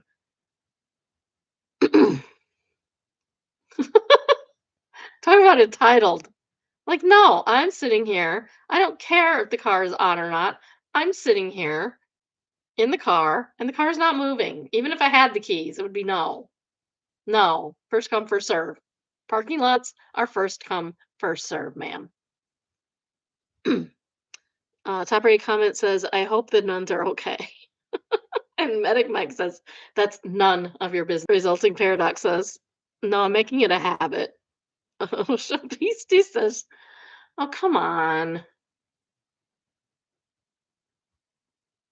Okay. Are we back? Osha Beastie says, you're making me cross. Emmett says, I'll go grab my nunchucks. Party Cat says, calm down there, sister. That's great. Punfully Obvious says, some people are not happy until they are miserable. And you, fine citizen, just made her day. So revel in the knowledge that you have brought her happiness and carry on doing good works.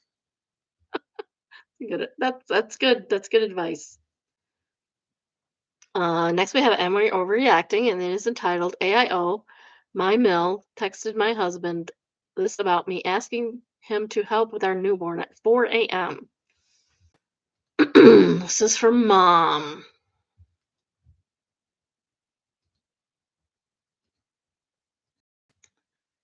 I hope you're okay, and I hope you are standing your ground about some things. Your father told me that, we'll call her Jane. Jane wants you to get up and feed the baby at 4 a.m. I think that is a big request. Does she not think your sleep is equally important?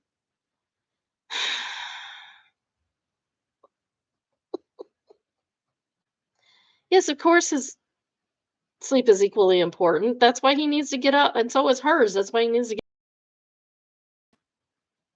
especially when you have to driving early in the morning and then needing to function using your brain at work.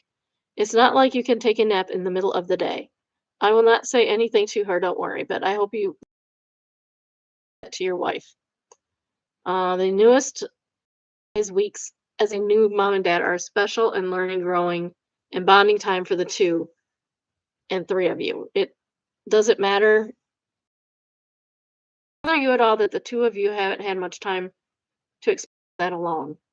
Anyway, just worried about you. I understand that you didn't physically give birth, but that doesn't mean your worries, your stress, and your sleep are less.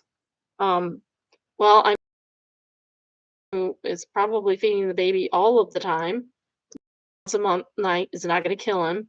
It's not going to harm him. And also, she's recovering from birth and dealing with a newborn. You were doing such a good job, and more than I've seen most fathers do. Oh, so that makes it okay. We're so proud of you, son. Good night, sweetheart. I would be telling my son, get your butt up and help your wife. I had a traumatic labor in December and ended in an emergency C-section. My doctor said recovery is 8 to 10 weeks and I'm only supposed to lift the baby. That's exactly correct. Since we've been home, I'm basically doing newborn care night and day. My husband even took 2 weeks off of work through a Mack truck driving.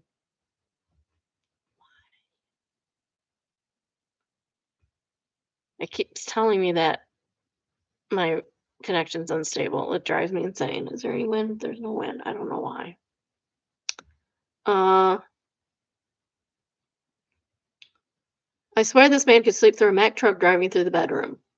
One night I asked if he could help with a 4 a.m. feeding so I could get a little sleep.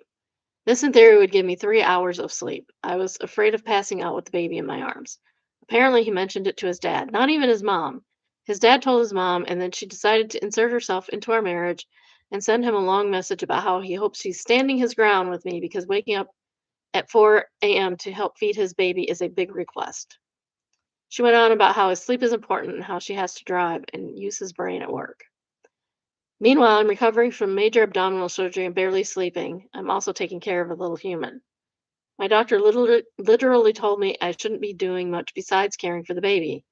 My mom has been helping with cooking and cleaning because physically I'm not supposed to be doing anything right now. His parents live down the street, but instead of offering to help, my mother in law is texting my husband, telling him to push back on me for asking for basic help with his own child. She also had a problem with my mom being there to help me. Weird. So apparently, the postpartum recovering from C-section should just handle the baby all night by herself while dad protects his sleep. Cool, good to know. Honestly, the audacity is wild. Last time I asked her to help me with the baby was 2 months ago. She sat on the couch all day with her phone and watching the baby through the baby monitor. Did not help me cook or clean, and I happened to overhear a convo between father in law and mother in law while I was napping. When father in law dropped off her breakfast sandwich, she asked why there was two, and he was like, one for daughter in law. She texted my husband saying how I was being mean to the dog because I told her to lay down and go away when I had food. Pet aversion is a real thing during postpartum. This woman was judging me my every move. That was the last time I asked her for help. Now the baby is 12 weeks old and she has seen her a limited amount of times. I don't want her near my baby. She showed me what type of person she is, and I don't know how to move on from this. For context, my husband is aware of her behavior and he has called her out multiple times. Her excuse for her behavior is that she lost two sons, and as a mother, she wants the best for a grown ass son. I confronted her about the text and now how disappointed I was about it, and she said that wasn't her intention. I'm trying to move on from this, but I don't know if it's a postpartum, but I still don't feel her apology was genuine. I hate her more than ever, and I don't want her near my baby. Well, that seems kind of extreme. Morbid Butt says, oh, sorry, Morbid Butterfly. Morbid Butterfly says, NOR, sounds like your father in law thinks more about you and your well being than your mother in law does. I'm willing to bet he made a passing comment about what your husband said and she ran with it. And also, if you're going to come over when somebody has had a newborn, you better be cooking and cleaning for that girl because she don't need to be doing it. This is why people used to live together, because when somebody had a baby, everybody was there to take care of them. It's ridiculous. Heaven forbid your man has to act like a parent. She needs to crawl back into the hole she came out of. Pennies are no longer useful, and no one needs her 2 cents. Hope he said 100%. My husband told her to back off and stop making comments, or she will not see the baby. He also confronted his dad about how he doesn't like how his mom is in his business because she blows things out of proportion. He has a close relationship with his father.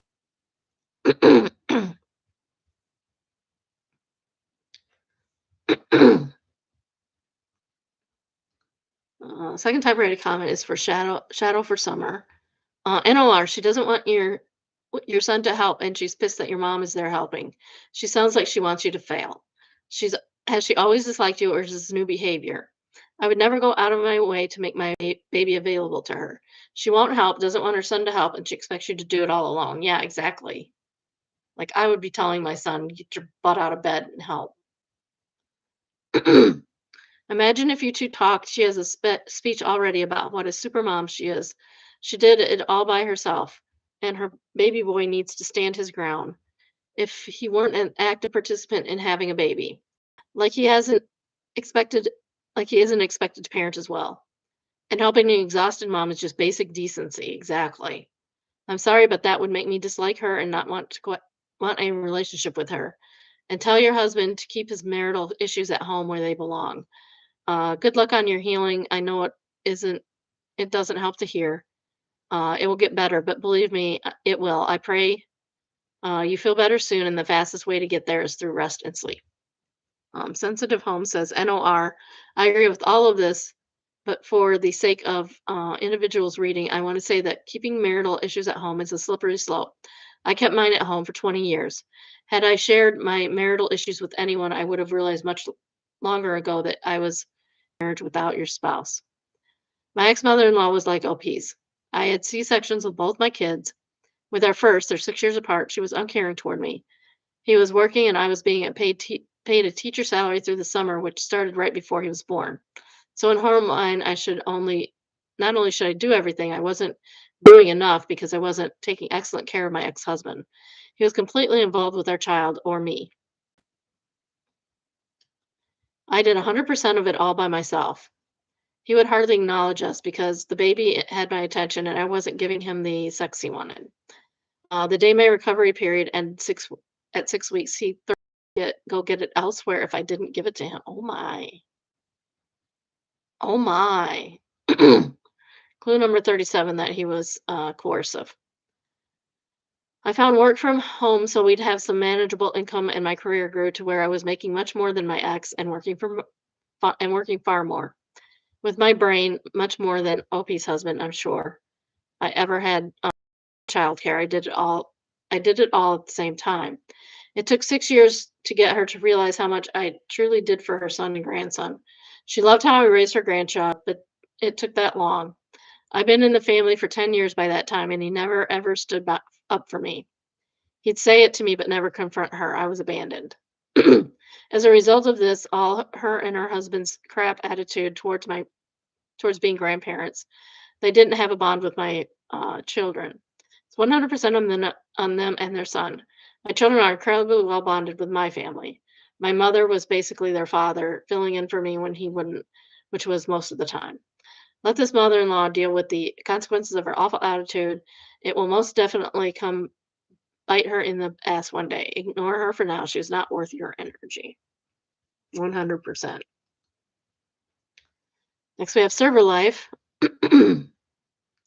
Table went and complained to my manager about my server book, saying it's unprofessional. I work in a casual dining recipe. Actually, this is cool.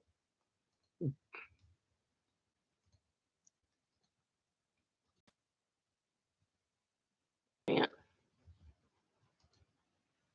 There. It went back from the. Oh, there we go. There we go. Okay. I think this is cool. I bet the kids love it. It's casual dining area. So, there are lots of kids coming in.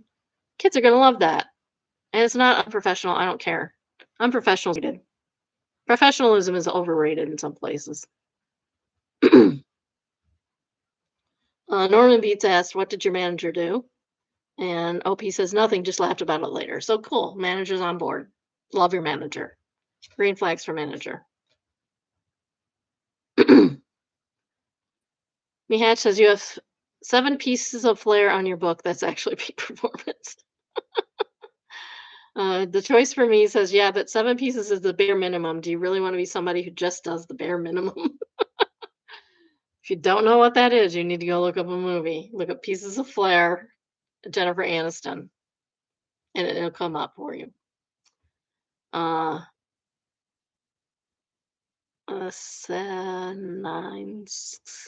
says, some people are just projected onto others, weighing them 100%. Their top rated comment is a meme. Oh, here you go. This is a perfect meme. Just don't want to talk about my flair.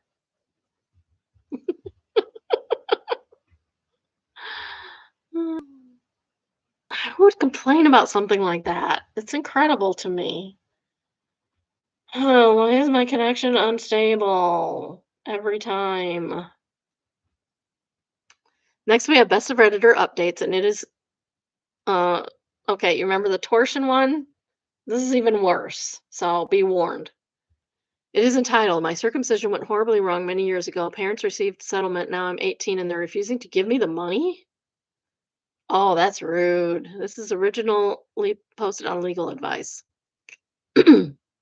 Original post was May 7th, 2015. All right, as a result, I have part of my penis removed including the entire tip. Oh, you poor thing. I know the hospital did settle with my parents. They've always told me the money is invested for my future. I'm 18 now and I want to use this for my education this year, but they haven't given me any details. They keep telling me that it is so soon and they will do it in due time. No, you need that money. Is there a way for me to find out where the money is and access it? And was the money required to be put somewhere safe for me, or could that be my parents spent it and are just buying time with me? Honestly, there's probably nothing that your parents couldn't have done with that money. Commenter, relevant comments, commenter. I'm betting the money is gone. This sadly happens a lot. I'd outright ask them if they spent it all. Their reaction should tell you everything. Oh, peace. I see. I'll bring this up tonight and ask for straight answers. This is so unfair of them, as I counted on this money for my future. If I knew it didn't exist, I would have planned differently. Also, you should be getting some reconstructive surgery. They can do that now. Jasper Hill says 90% of the time when parents act shifty something about something like this, the money has been gone for 10 years. I'd prepare yourself for that possibility. That's not to say your parents necessarily did anything illegal. Even a custodial account, your parents are allowed to spend money on things that would benefit you, education expenses, private lessons, new clothing for you, even prorated portions of their rent. That's terrible. I would never do that. That kind of stuff is stuff that you would pay for anyway and has nothing to do with him losing parts of his anatomy. So you shouldn't do that. Even if you're legally allowed to do it, you should not be doing that. That is, it's not illegal, but it is immoral. They can't waste the money on fine wines and couples massages, but that they spent the money in ways that benefit you is not outright illegal, but it is immoral. Your first step is tracking it down is our IRS. If it's an internet bearing account in your name, then the financial provider will be having to prove 1099s in your name. OOP says, okay, this is helpful. Do I need to go down to the IRS office or can I track this down over the phone or do I need a lawyer for this? Pensalier's mom says, Washington lawyer here. There must have been a minor settlement case filed. The money was supposed to go into a blocked account to avoid the exact thing that happened to you. It's not your parents' money, it's yours. If this wasn't handled properly, then there is a lawyer or a law firm out there who is responsible. If you can go to the county clerk of the court, you can get the details. Then start looking for a malpractice lawyer to help you. I'm sorry this happened. It wasn't supposed to be money for your parents to squander. Update May 20th, 2015, 3 days later. This is an update to my other post. I talked to my parents. Turns out they used the money to buy the house we live in and start the business that my dad runs. So they used it on themselves. Jerks. My dad showed me that I have ownership of the business as well relative to the amount that my money was invested in. He said he will start paying me money from the profits, which I will use for my education. They said since I'm an only child, all of this will come to me anyway. I'm happy about all of this. I had prepared myself to hear that the money is gone now, but I feel bad for ever doubting my parents like that. Don't feel bad. Your parents shouldn't have done this. Just because they started a business doesn't mean it was going to be successful. Stop thinking it's me. Says I physically went my red circumcision went wrong. Poor guy. Glaze Angel says same. That part made me cringe hard. I really feel bad for the guy. That's rough. Uh, New name need again says I don't even have a penis and I physically cringed. Girl same. I don't know how much is in the settlement was, but seriously, how can money compensate a person for something like that? Also, circumcision is not a complicated procedure. It's debatably a form of cruelty, but it's not complex. How do you wang up a circumcision in a hospital? That's is what I want to know. I get that if it's done with non-sterile instruments and the wound isn't properly treated afterward, infection can result. And isn't that just an awful thought? But that's literally what having the procedure done in the hospital is meant to avoid. Uh, Pink Rotary Phone says, when my mom just didn't care and sliced too far down. Well, it's been a while since she told me the story or I thought about it, but the result was that the doctor sliced off the tip of the baby's penis, and that sounds like the kind of nightmare that might happen in the 50s, but this was 2012 or so. Wow. Carrie Durst says, "What a time to be literate." I said, "I don't want to read that." Tiny Sidna says, "Now, OOP shouldn't feel bad. It's a completely reasonable fear to have, especially when we're talking about something that isn't really so much of a lifelong care, but lifelong repercussions for OP." Yes, definitely not alien answers. Also, the state, depending on the money being invested into a business outright owned by a parent, is illegal. I know two separate people that had massive investments as minors, both of VAT settlement accounts that couldn't be touched. Considering the amount to cover immediate medical care, ongoing care was minor relative to the impact as an adult. The money was supposed to be set aside for a minor child. Some states' parents can legally rob their children blind. Others' money is highly protected. There's every chance OP was flatly robbed. Yes, exactly. And even if it was legal, it's immoral. Kristen Bliss says, "I don't see why the parents weren't upfront about it in the first place. They knew OOP was planning on that money for furthering his education. I'd still be mad at them." Me too. White Angel says, "Because it's BS. They came up with something that would shut him up to avoid being sued." That election says, "Yep, the kid's ownership in the business didn't exist before he asked about the money." I do think that their solution to spending all his money is a fair one. I don't.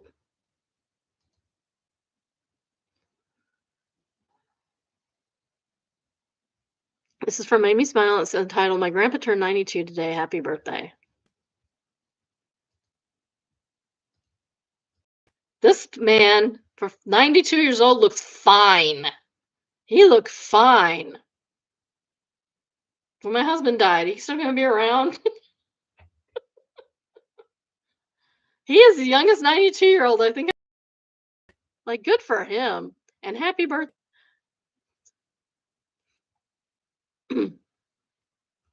Badger was here, says, "That's a young looking 92. Happy birthday to your granddad." Um, Oops All Bot says, "Right, he looks healthier than my 72-year-old father." Where the world says, oh, we are the world says, "He looks healthier than me and I'm 34. Reign of Kindo says, "Me too. Here's some gold." He got 7 awards. Second top rated comment is from Exodal. "I'm not sure if Saul Goodman or Bush Sr." Sharp Yak says, "Better telegram saw." And Buska says, "Better fax saw." Saw Goodman Sr. um, Mindless Lunch says, "Dude looks like an older Bob Odenkirk." Um, Seep says, "I was going to say Bob Odenkirk mixed with George Bush Sr." Sigma says, "It's scary how accurate that is." I'm just amazed he looks that good. That is awesome. Good for him. Good for him. All right, that's all I have for today. I will see. I'll probably go to grocery shopping in the morning. Um, so love you all, my biddies. Have a good day. Love you. Bye. Bye. Bye.